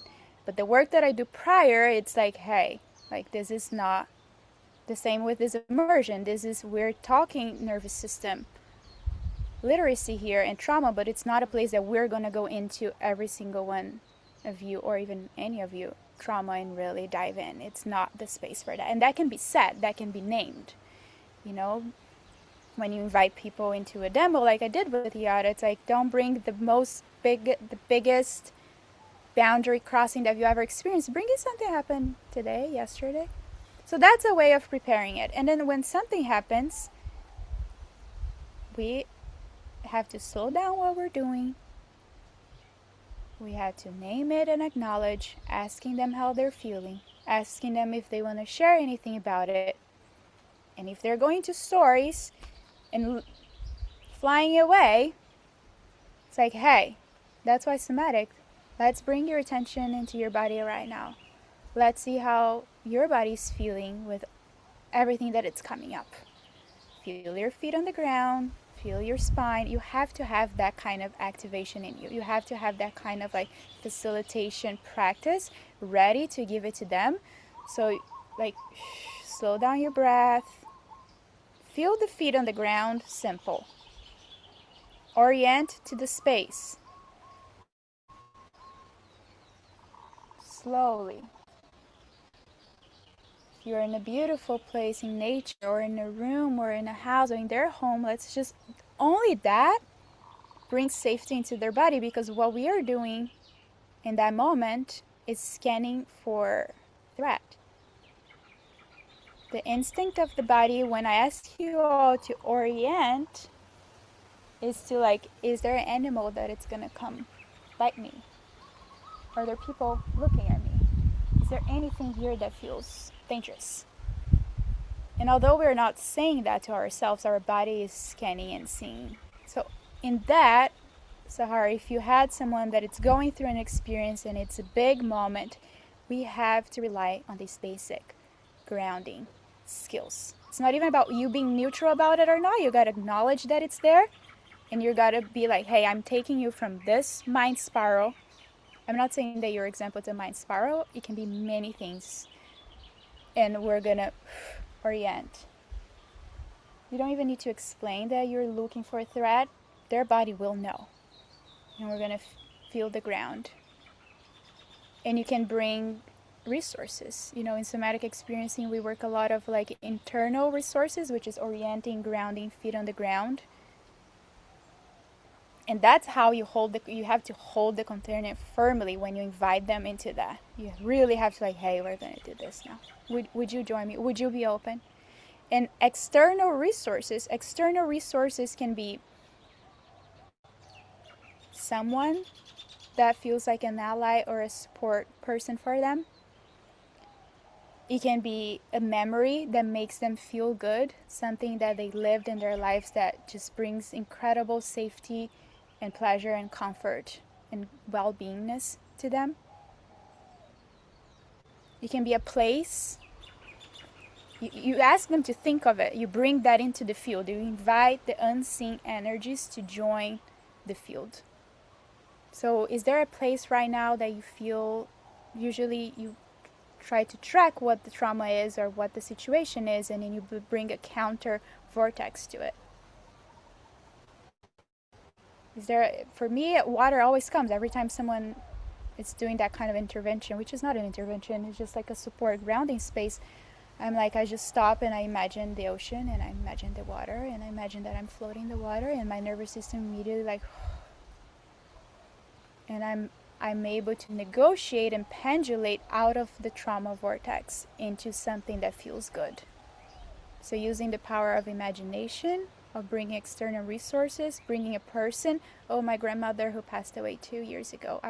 Every somatic session I do when it's moment to bring external resources, she comes. And then I just feel her in the back, in my back, and I feel her presence. And then I'm like, I'm out of whatever I was, you know, and then that's like pendulation. You pendulate between what feels good that you're able to bring as resources. You got to ask the person, because you're not going to be like, imagine a body of water. Water can be terrifying for that person. So client-centered approach, their agency and choice. Ask them what they feel good about and bring into it. Oh, now allow that body of, in my case, a body of water to be here. How is your body receiving that body of water? I mean, naturally I start to undulate my spine. And I'm like, oh, how does it feel? What is the color? What is the temperature of this water? Just guide them into some kind of imagination to resourcing their system. Next thing you know, their body will be moving in one way or another. And then if we're talking about a photo shoot, then the photo starts to happen again.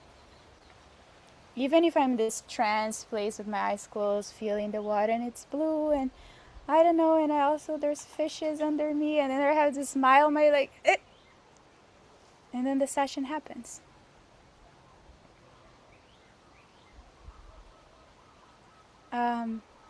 Is that helpful, Sahar? Yeah, okay. I think that also the question that comes up it's not necessarily the handling of the intensity that comes up, but the projection of the idea that they had of the photo shoot, that they can freeze in what is coming up. And of course, you learn how to ground it, how to guide it, the projection of the idea, I think the idea of the photo shoot or what comes up, the unexpected fluidity, that these can be also communicated before the photo session. I can maybe protect, um, protect me from feeling that, okay, like, like the idea, the projection of this is what I wanted what I didn't want this to The be. projection coming from you or from them? What do you mean by this projection exactly? Coming Projection, the from expectation, maybe projection is not the right word. The expectation that, oh, I wasn't expecting this to come up, or if yeah. have a freeze response in that moment, which is actually beautiful. And there have been so many times that they are so moved by the photographs, right? But in that moment, it took a lot for me to ground it, guide it, and it has always been great. But it took so much energy from me to be able to. And of course, you're a photographer, you're not a healer, you're not a it has always been clear, but I think that because of my approach and because of my heart, I couldn't really like disconnect from what came up, and I want to learn how to help the person better in that moment, like be more empowering, because this empowerment is so massive for me. Um, Maybe I need to work around the language that I'm going to use before the session. So it seems like the person is fine in their experience. Perhaps they're more accepting of what's happening than you are. Is that right? Can be no, they can be frozen in what in these moments that they were not expecting. And when I said projection, like they were surprised and they were frozen, and they need to ground, or they need to. And so much cannot happen, actually. There have been so many times that I had like this really clear clarity that this is what unfolded, and this is exactly what is going to be captured, and that's exactly, it has always been so powerful for them to see those images after that, like even years after. Yeah, yeah. Within like to It's an edge. That's always an edge. I've done hundreds and hundreds and hundreds of self-portrait sessions within this context, and there that edge is always there. And I guess the sacred neutrality is really welcome in this moment, because I have to make peace with not having expectations. That's the thing with control and all of that. For me, it's easy because then I remember the mystery, and I remember that I'm so devoted to the mystery and that I love the mystery, and I have this whole fantasy with the mystery, that I just join the session knowing that it can go right, left, straight, nowhere.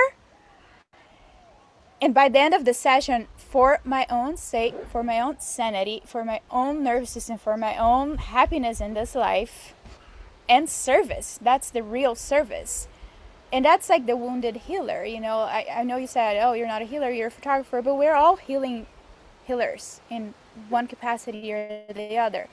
And there's this aspect of the healer that it's so attached to giving a good session, that it's so attached for a photo shoot to go well. It's so attached, not always that you're gonna get these exact photos or this exact result, but you're so attached to like giving the client the best opportunity they possibly can. And I think that's the work to do. It's very deep work. It takes time for you to be able to remove yourself from that need to perform well. Sometimes a photo shoot ends and you're like, you know what? I don't even know if I have good photos of that. I don't even know how their experience was. I don't even know, especially if they're gonna like their final gallery. And I'm okay with that. And I'm okay with that.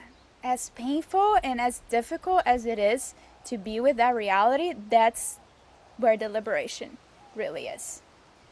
Because sometimes also what you think it was healing for them, it was not. And sometimes the healing will come 2-3 years later. So I have clients that still text me saying, it's been a year, I haven't opened my gallery yet. They haven't looked at their photos yet. So many, more than you think, text me that. It's an incredible journey.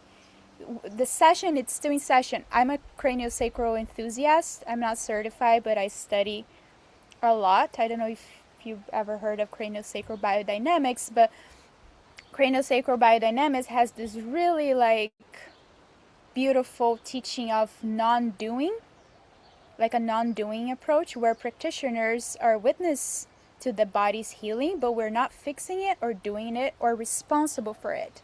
We don't even take the credit for anything. If we heal the person in the session, it wasn't us, it was their body. And we were just creating the space for the body to reorganize itself. And I think in photo shoots, we need to be able to cultivate. That's a cultivation. It's not something that Sahar will decide today and tomorrow she's there. Or me, I'm still in the process of cultivating what that non-doing approach is and releasing the need to offering a good session. Of course, the client might not return. Of course, financially, whatever, it's not a returning client, or I'm not going to get a good testimonial. When you're doing healing work, if you don't have that sacred neutrality in the relational field and the non-doing approach, it's your ego as a healer that it's there to have the outcome be in a certain way. And that we need to create boundaries with ourselves so we don't become that identity. We got to be the most gentle, non-invasive possible, being in a pact with the mystery, knowing that anything and everything can happen. Like it rains in a photo shoot, are you always gonna remember of the photo shoot as something that didn't work, or that was cursed, or you had bad luck? Or are you going to include that rain? Of course, if it was violent rain and unsafe, you're gonna cancel the shoot. But if it rains in the shoot, it's like, how can you include that rain and be with the unexpected? And even invite them into that rain. And what does that rain feel? Like, how can you let the rain wash something out of you? Or like, how can you bathe in the rain? What's your relationship to the rain? And allowing that to become the experience and to deepen. And there's going to be, I promise, a deeper, more beautiful meaning about that if you include and accept the unexpectable into the session and not trying to being detached from it. So I have a quote here from Craniosacral Biodynamics, which I use a lot in my Craniosacral Biodynamics, where I learned sacred neutrality. I didn't learn anywhere else. Probably in life here and there, but the biodynamics, the transmission there, the cultivation that we practice, it's very brutal, and it really puts you in that place where you're not in control. So craniosacral biodynamics, it's a gentle, non-invasive, and holistic therapy based on 5 core principles. Wholeness, that person is whole, that body is whole. The presence of inherent healing intelligence, they call it the breath of life. Knowing that that body has its own intelligence, you're not bringing the healing intelligence there, you're not offering healing. It lives in the body. And you can hardly ever know what it actually is. You can assume or project, but it's not really your job to know what the prescription is for that person. The inherent treatment plan and working in the present moment, working what's showing up right here, right now. Even when clients say, oh, in this photo shoot, I want to celebrate my divorce and I want to bring my energy back to myself and this and that, and then in the moment of the photo shoot, it's all about this other thing that shows up. And you can include the divorce and the celebration, which was the original intention for them to invest in the photo shoot and book a session. But then when you are right there in the field, something else emerges. And you stay in that present moment. So craniosacral biodynamics emphasize supporting the body's natural capacity for self-regulation rather than fixing, I'm reading, okay, rather than fixing specific symptoms. That's why I don't practice posing or even choosing too many details of the session on my own. I like to give their body's natural capacity to create what it needs to create so coherence can happen in their body and something can be healed. And I don't even need to know what it is. And also, I release the need for them to really know what that is or even make meaning out of the session or know how it was healing because I know something happened. Even when the session doesn't look successful, something happened. So in craniosacral biodynamics, the relational field, it's the relationship between the creating a safe space through tonal matching. Craniosacral, there's touch. So we just gently place our hands on the client's body and we hold stillness, waiting for the body to do what it needs to do. Waiting for something to happen, for the field to settle and coherence to happen and the body heals itself. We're not manipulating it. We're not like massage, for example. There's more manipulation. Nothing wrong with that. I love massages, but in craniosacral, we don't do that. We just listen, we touch, and we listen to the tidal rhythm of their bodies, to the subtle tides of movement within the body. And in a photo shoot, the same. You're just there in your sacred neutrality, noticing when they're going this way, when they're going this way, when they're going this way, and then creating space. Sometimes I create literal space. Sometimes I'm like, if something big happened or I feel like they're in a lot of, I don't know, it's an intuition. You have to develop intuition as well. I'm like, I'm going to take a few steps back right now. Is that okay? I want to take a photo of you from very far away, even if you need to explain why. For me, it's energetical space, but why not a photo from really far away? Those are beautiful. And I'm going to take a step back because sometimes people, even especially when they're in freeze, you mentioned that, Sahar, especially when they're in freeze, they don't want to be seen. Freeze does not want to be seen before its time. And if you're too much with the camera on top of them, that's going to propel them into deeper freeze. So I take steps back and I say, I'm going to go up the mountain there. I would love to, I'll be with you. Keep the connection established, but create literal space and energetical space and let them reorganize themselves. You're not going to turn your back and go. I usually step back and kind of look around. Naturally, of course, nothing like too robotic. I'm not abandoning them, but I'm like maintaining the connection. And I'm gonna go right there. See you later.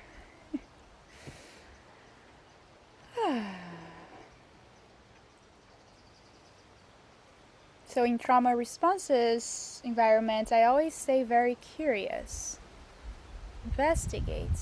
You're perceiving something in the field or something's going that direction that you weren't planning, or the client's dissociating or flying away or shutting down, checking out. I think we're all familiar with this when someone is shutting down, checking out. It's good to notice and gently reflect back to them, hey, how are you feeling right now? Not everybody knows how to respond to that, but we gotta practice that as culture. We gotta practice, how are you? How are you feeling right now? In this moment, not the story of your life. In this moment, that's somatic work, present moment reality. You can, if you have connection with them, you can even go, hey, have you noticed that you might have left the present moment here for a second? Or have you noticed that your body's in a little bit of freeze? Is that right? We have to be brave enough to have these kind of conversations. They're simple. You see how basic these questions are? Sometimes people just need to express something or be seen that they are in a certain way, even though that's vulnerable. Well, we're already in a vulnerable space. That something will open eventually. So you got to go through the so something can actually open. For family photographers, something that I'm not a family photographer, but I do, hold on, I want to talk about, can you guys give me 1 minute? My computer is about to die and I got to get the charger. And then I'm going to continue. So you can also take a break or do whatever you need. 2 minutes. Thank you.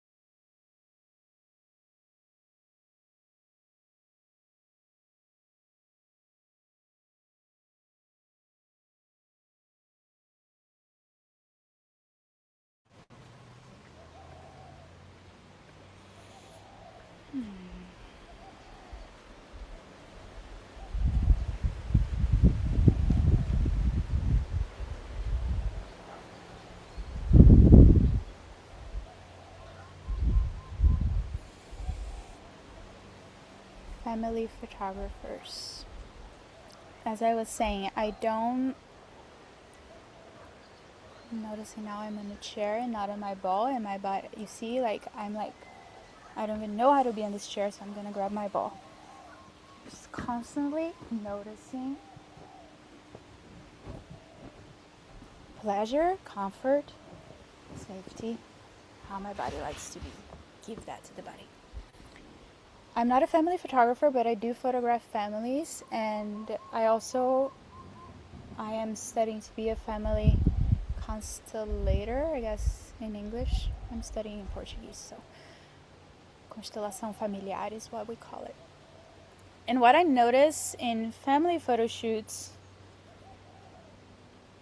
that helped me a lot is to really acknowledge the presence of the child in this space, or the baby. I've seen so many photographers kind of like, oh, the baby, whatever, and like look at the parents and just kind of the baby's like that object there, kind of prop. But the baby is running the show, because if the baby is not regulated, the baby is crying, the baby is fussy, whatever it is, then all our energies go around the baby. So when I'm with families with babies or children, first thing I do when I greet them is to say hello to the baby or the children and ask their name. That will make the parents feel safer. That will make the child feel safer with you. And children and babies, they're often like, we don't consider them humans, you know? I mean, I'm not speaking for everybody, but usually we tend to like, yeah, whatever, you don't even know how to speak yet, you don't, you know, we just like, they're not there in a way. We treat them as like, oh, this thing that you're barely something, one day you will be. So always acknowledging the presence, even if the baby's in the belly, especially if the baby's in the belly. Acknowledging the presence of that baby in that person's belly, the mother. Asking the baby's name. If you feel comfortable asking the sex or not. Hey, baby, blue. Hey, talk to the belly. You're not touching it. I don't touch necessarily, but you acknowledge the presence of that baby in the room. In family constellation, it's also important to acknowledge the number of the baby. Like, it's the second baby, it's the third, it's the fourth. How many children do you have? Maybe one of the child is there, but not the other three. And it's important to acknowledge, oh, this child's the fourth in a lineage of 4 children. That makes the whole family internal system feel seen.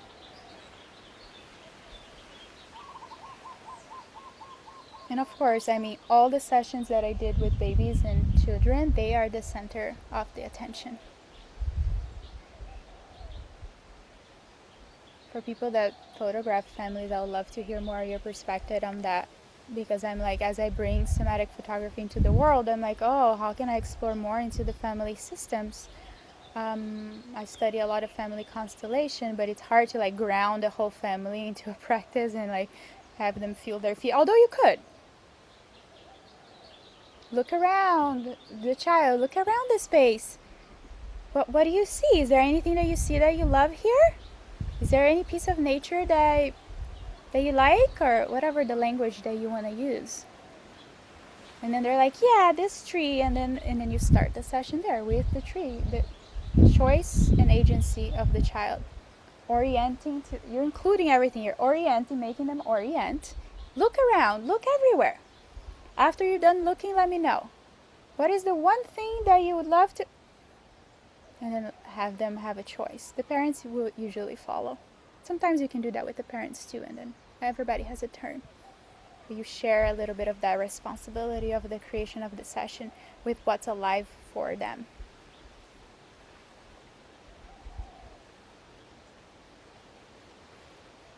I also bring voice and sound to family photo shoots. The family constellation training that I'm doing, it's like a voice constellation, so I'm not a singer at all. My teacher wouldn't like me say that, but I think families know how to sing together. Even if it's with baby, like they know, like I don't know them, but they know some kind of song together that they sing to the baby to calm the baby down. Why not to include that in the photo shoot? If you feel like the energy is like this and the baby's crying and something's unsettled, it's like, hey parents, what is the song that you all sing together? Or when they were a child or a baby or whatever. Now, there's always one there. And everybody starts singing, and the baby starts clapping, and everybody's like in a whole vortex field of resource. The song becomes the external resource. Remember, I was talking about a place, someone, a memory. And with my one-on-one clients, I bring humming and sound all the time. If I feel like they are in some kind of they're tapped in, connected somehow, there's something flowing, I'm like, can you make a sound out of, like, is there a humming? Everybody knows how to hum.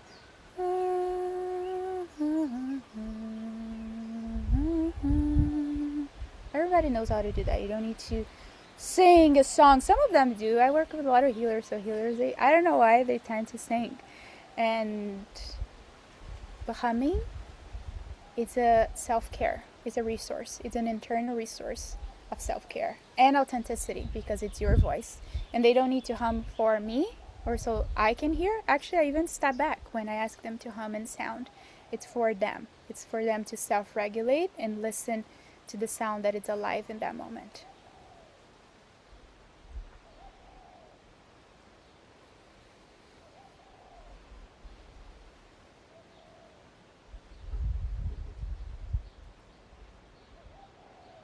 And if that doesn't work, if they're like, no, it was weird, that's why you got to create those invitations when you feel like they're deeply connected, that there is not even one time that I asked that they said, no, I can't, I need it.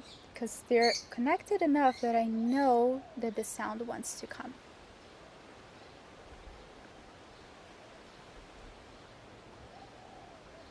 So Sahar seems like it's listening to her dog's need right now.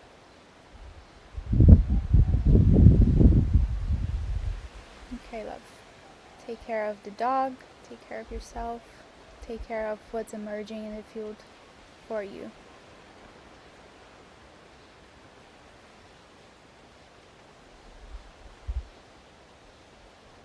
And embodied photography, it's the name of this thing, immersion.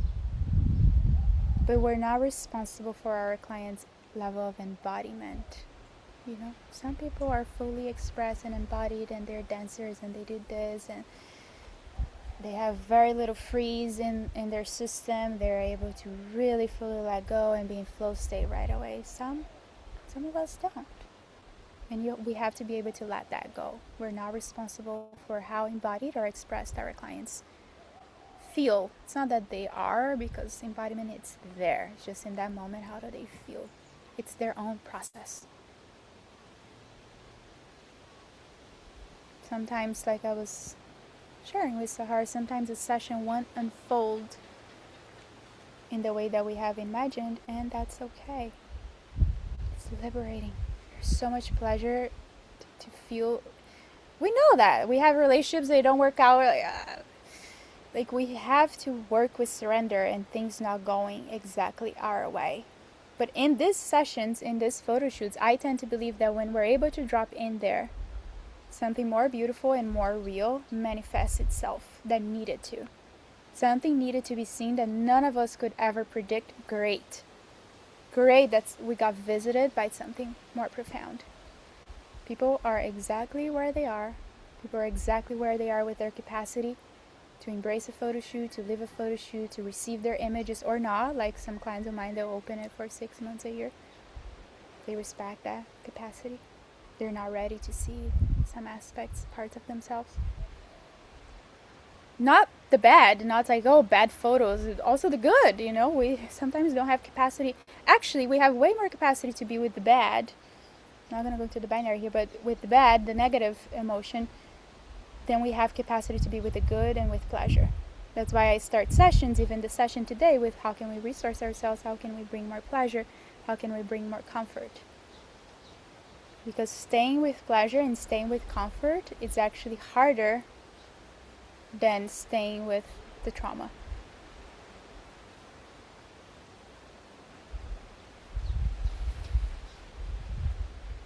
So your role is to hold space with care, not to force the outcome or measure the success. I wish Sahar was here, but I just feel like I need to complete this. But, not measure the success by how perfect or how embodied or expressed they looked. Because the quality of their nervous system, how connected to you and themselves, and how safe they felt, it's more important than anything else.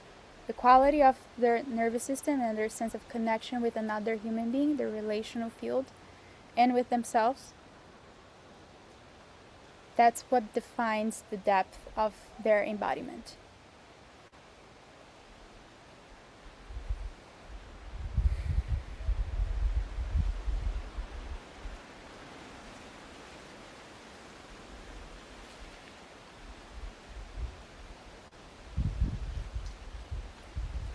I want to invite you all to check in with your body right now as you receive all of this talk. I'm not going to guide you into any process, just checking in. How do I feel receiving this information? Am I in a freeze state? Because sometimes paying attention to class can put you into like, and are you even breathing? Are you able to take it in? Or is there parts that you're like, no, not this, not that? I don't need to know. It's just for you to notice.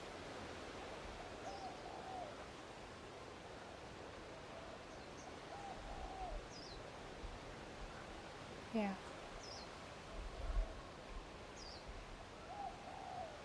Am I taking notes and I'm absorbing what I need to absorb and I'm drifting out? Am I checked out? Be honest. Oh, I checked out. The past 20 minutes I had no clue what you talked about. I went somewhere else. I was thinking about the shopping list, the things I gotta do for my kids. I'm gonna make money. This thing is too complicated. Whatever. It is. It's part of your process.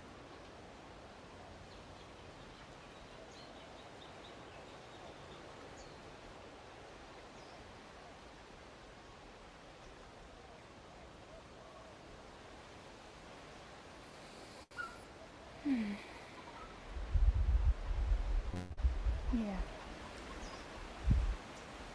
We're coming to the end of session 1, part 1.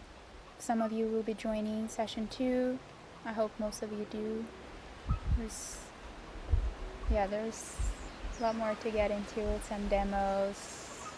Now that we have more of like a shared language, I think we can go deeper and also softer. There's a little bit more trust.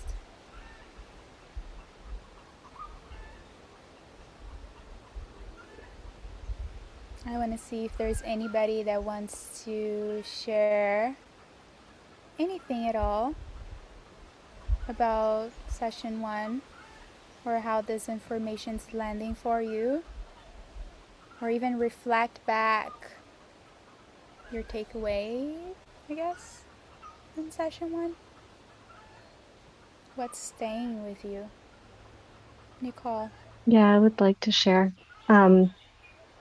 I just had this realization that I'd like to share. I think that when I'm seeking to give my client a great experience, to control the situation so that my client has an amazing experience, is a way for me to find validation. It's a way I'm seeking validation. And so it's just like this Yep. realization. So I have to Yep. think about it. But it's just interesting for me to see that it's a way of self-regulating. It's a way of reassuring myself. Nicole, as you share that, as you there's almost like this energy of admitting something I feel from you right now. As you admit your need for validation or assurance, or what was the other word you used? Self-regulation. Self-regulation. So like if the session goes well, if you offer them a great experience, and if you control it enough just so that gives you back, you're doing it for yourself as well, and there's nothing wrong with it. As you share that, how does it feel for you to share that with the It's group right true. now? I felt some kind of shame, Mm-hmm. a form of shame, because it should be, I guess the story is it should be about the client and not about me. Mm-hmm. Going back to that neutrality, and I Yeah. think I'm associating neutrality with not going through my own emotions. I think there's something that has to Yeah. mature, Yeah. as in like go from a thought to an Yeah. actual embodied experience during a session. That Yeah. it will be interesting for me to Yeah. in my It's a next session. cultivation. It's a Mm-hmm. cultivation to cultivate how. Remember, that's why the first exercise. Do you remember how was it for you? The first practice today. Do you remember the witnessing? Were Mm-hmm. you present for that? Yes, I was. Yes, when you talked about that, the witness. No, when we did the first practice where we gazed, where we were Mm. gazing at each other, how was that Mm-hmm. practice for you? Because that is the practice that I brought into the space in the very beginning, because that practice was all about like perceiving, noticing somebody's existence, energy. You get, like, you look at someone, you get feelings, you get stories, you get emotions. They don't need to say anything, but the way Mm-hmm. they are, by their look, there's this family constellation field, you feel something. Were you able to feel into someone as you were able to feel into yourself, or were you more into them or into you? If Mm. that makes sense. Mm-hmm.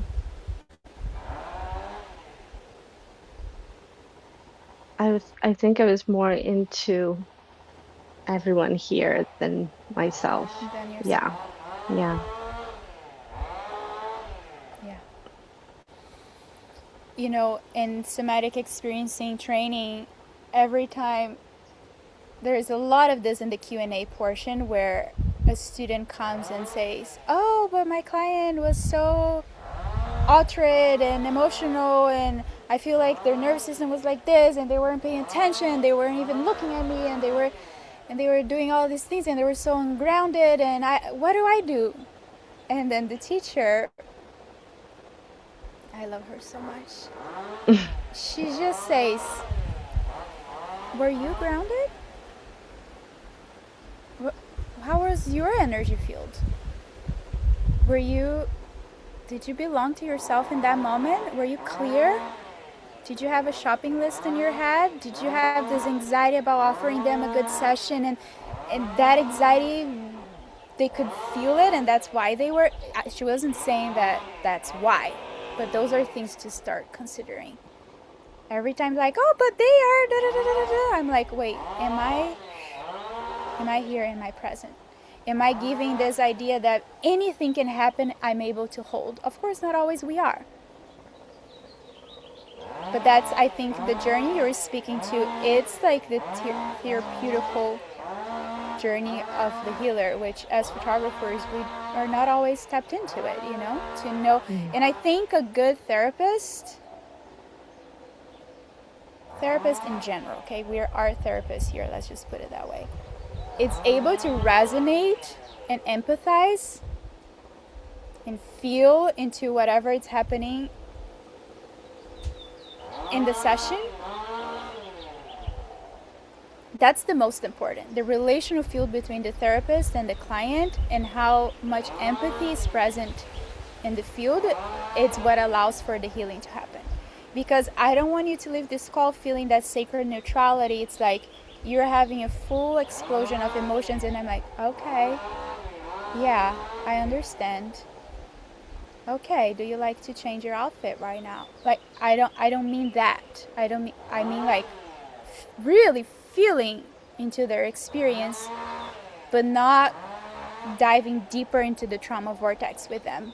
How? By bringing them back into the body and resourcing and comfort and pleasure and drink some water. Let's go to the shade. Let's take a break. Let's sit down. Usually I go to the water. Honestly, I'm like, when I feel like, if they feel safe in the water, of course, I'm just like, the water has such a beautiful embrace of bodies and emotional states. It's like so unconditional. The minute that you bring the client to the water, resources there. Even if it's just the hands or the toes, they don't need to go on a full swimming. Anyways, I'm gonna dive more into in session 2 about the elemental forces as resources. But this sacred neutrality aspect, it's emergent in this field, you know, there's no right or wrong. There's not like a specific way that you must do. You have to resonate, empathize, relate, name it, bring awareness to it, validate, but you don't swim deeper into the trauma vortex. And those are the skills for us to cultivate as we bring healing principles into photo shoots. Because we must. Photo shoots are inherently stressful. We must have those skills. Otherwise, we're causing more harm. Sorry to cut it. That's the truth. I know it's the truth. So lots of love and compassion for your journey, as all of us, as we discover how to do more of that in our own. How to be there for people more and how to release the control. And also name that you need the validation. Name that that's important. You know, it's okay that you need that validation. It's okay that you want a good session. It's okay that you want your clients happy. Because that means that you're doing something beautiful and aligned. And there's healing and coherence between your field. And with you and your life, it means that you're in alignment with life. If something goes well, it means that you're following what you need to be following. It's soul work, you know. It means that you are in alignment with your soul. So don't feel bad for needing that validation from giving a good session. The only thing is, like, the good session, you never know. You know, you think it was good because of that, but it was actually good because something you acknowledged, something you said, the way you held them or not touched it, like, it's invisible. The healing, often you will never know, and they will never know, but the healing is there. So that's why you have to let go, because not always you will have the evidence that it happened. It belongs to God. Anybody else before we close? I have a few notes to share, but any other shares about session 1 or reflections, or what are you taking with you? May I just drop in? Please. One thing that I recently had a conversation with a friend about was how, when we see someone else, like this beautiful witnessing exercise to begin with, you're seeing the individual, the unique experience, the surrounding, there's no judgment, there's observation, and it's often, you know, just like, yes, wow, it's beautiful how, yeah, the neutrality, I haven't really utilized that kind of word in this sense, but it just feels so appropriate. But to, like, the benevolent gaze, and how when we're in a photo shoot, especially with another human being in the natural landscape, which is where I've felt the most familiar and comfortable with, maybe not always comfortable, but familiar, is to see that being often a friend, someone that I have a connection with, to see them face to face and there be the purity of that exchange. And then I'll hold up my camera and something shifts. And I'm so curious about that distortion and manipulation of how this element, even though it's my eyes that are looking through the viewfinder, the same energy, the same gaze. And I've been wondering about that. And this conversation I had with a friend who's an amazing human and artist, and she just kind of brought into the field that it's no longer just you that's going to be witnessing this moment. It's like, who is going to see this and with what gaze? The intention that I have in this moment may not be the same intention that someone else witnesses. And so it was just really, yeah, like a big reflection to have that consideration for how that can shift with a one-on-one, heart-to-heart, that moment. It's being taken out of this moment potentially. And I think, yeah, so many of these beautiful resources thus far will really kind of bring in another level of empathy, sensitivity, receptivity to that experience. Wow, beautiful. Beautiful, nuanced question, reflection. Do you feel like it was a question? Do you want a reflection, or you just wanted to share?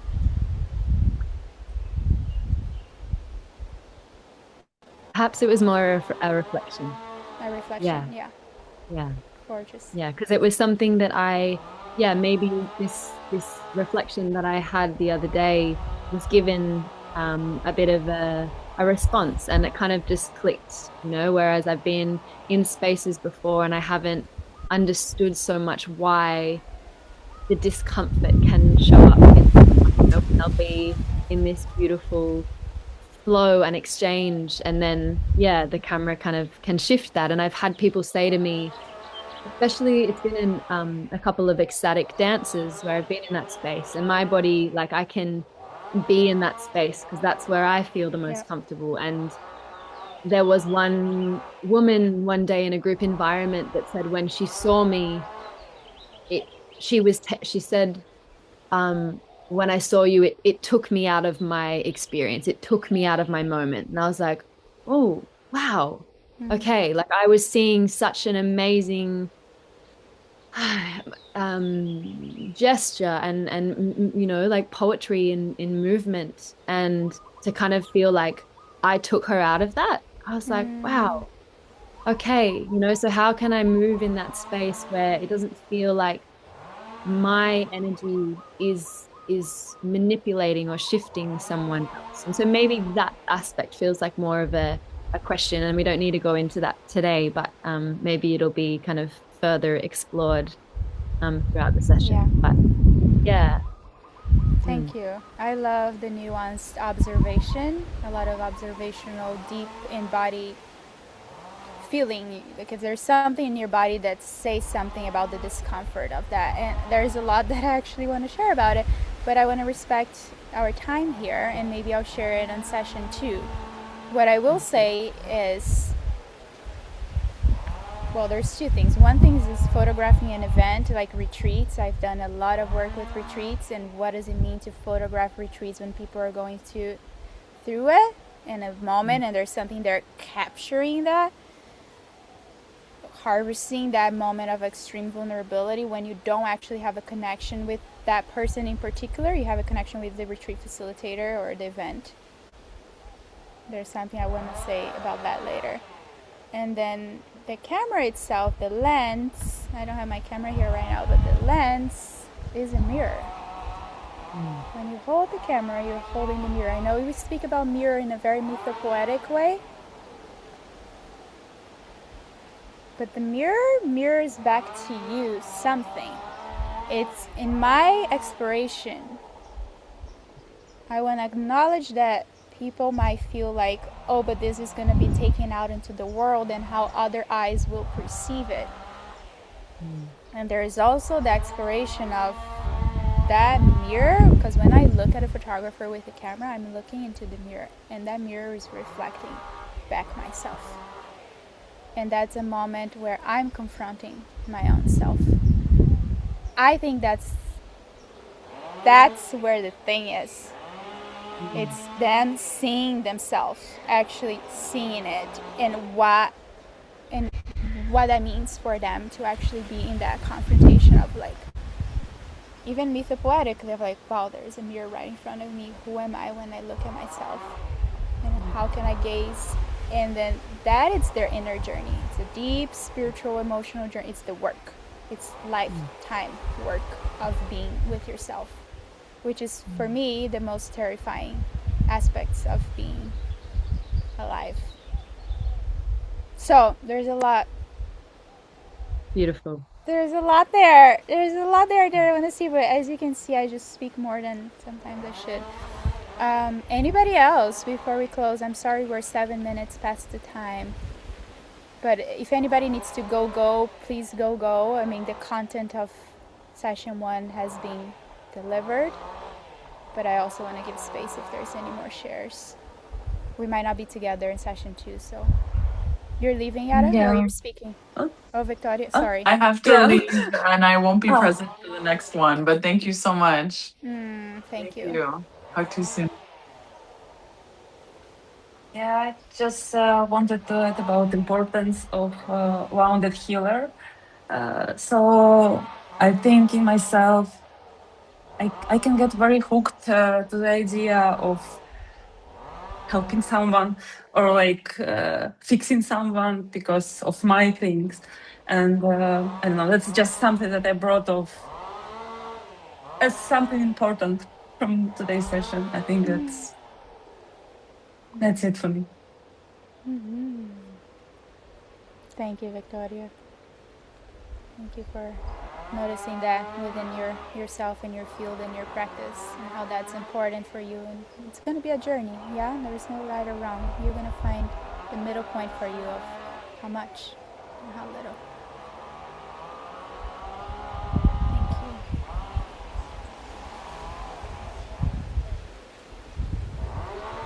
Anybody else?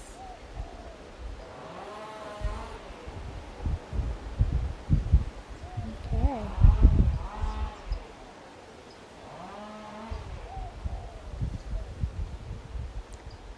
I always had this thing that I always wanted to do and I never did, but I'm gonna do it now, which is to ask, which I might get no's, and that's perfectly fine, as we learned, that if any of you that took notes feels inspired or inclined to share with me what those notes were, not like a full text or anything, maybe it's a photo of the corner of the page that has a word.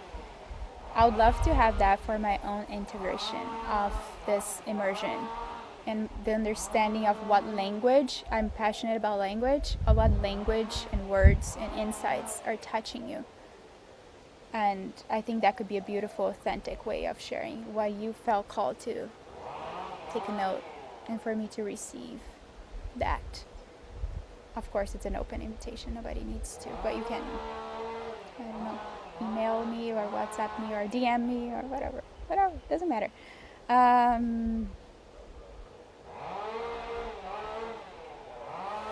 So we're going into 2 hours break right now.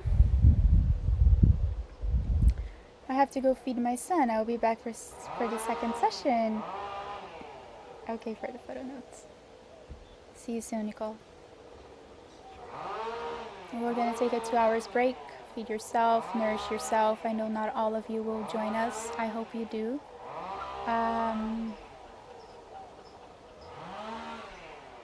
Yeah, take a shower, go out in nature, trust that your body will absorb whatever it needs to absorb and release the rest. If there's a bunch of things that I said that it's not meant for you right now in this moment to serve as wisdom or as resource, as insight, I'm not attached to it. Again, that's why we're practicing the sacred neutrality. You can release whatever didn't serve you and cultivate what it did. Maybe just one little thing like Victoria just shared with us. The need to fix and control. What? Invite that into your field. Even outside of photo sessions, how is that showing up? Who are you in this moment? How does your body feel? And I'll see you later. I'll see you in 2 hours, a little less than that. I want to make it for the second drop-in. Look forward to the recording. Thank you, beauties. Thank you, beauty. Thank you, Emilia, not Emily, for connecting us. And so good to have you here, Emily. I hope there was something here for you.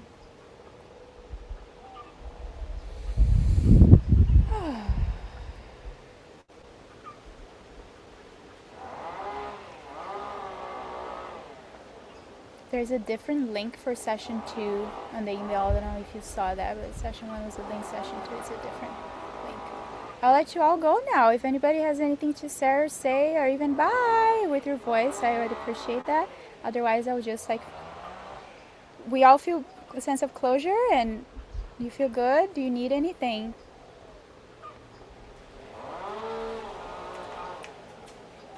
Okay. All right. Bye for now. See you soon.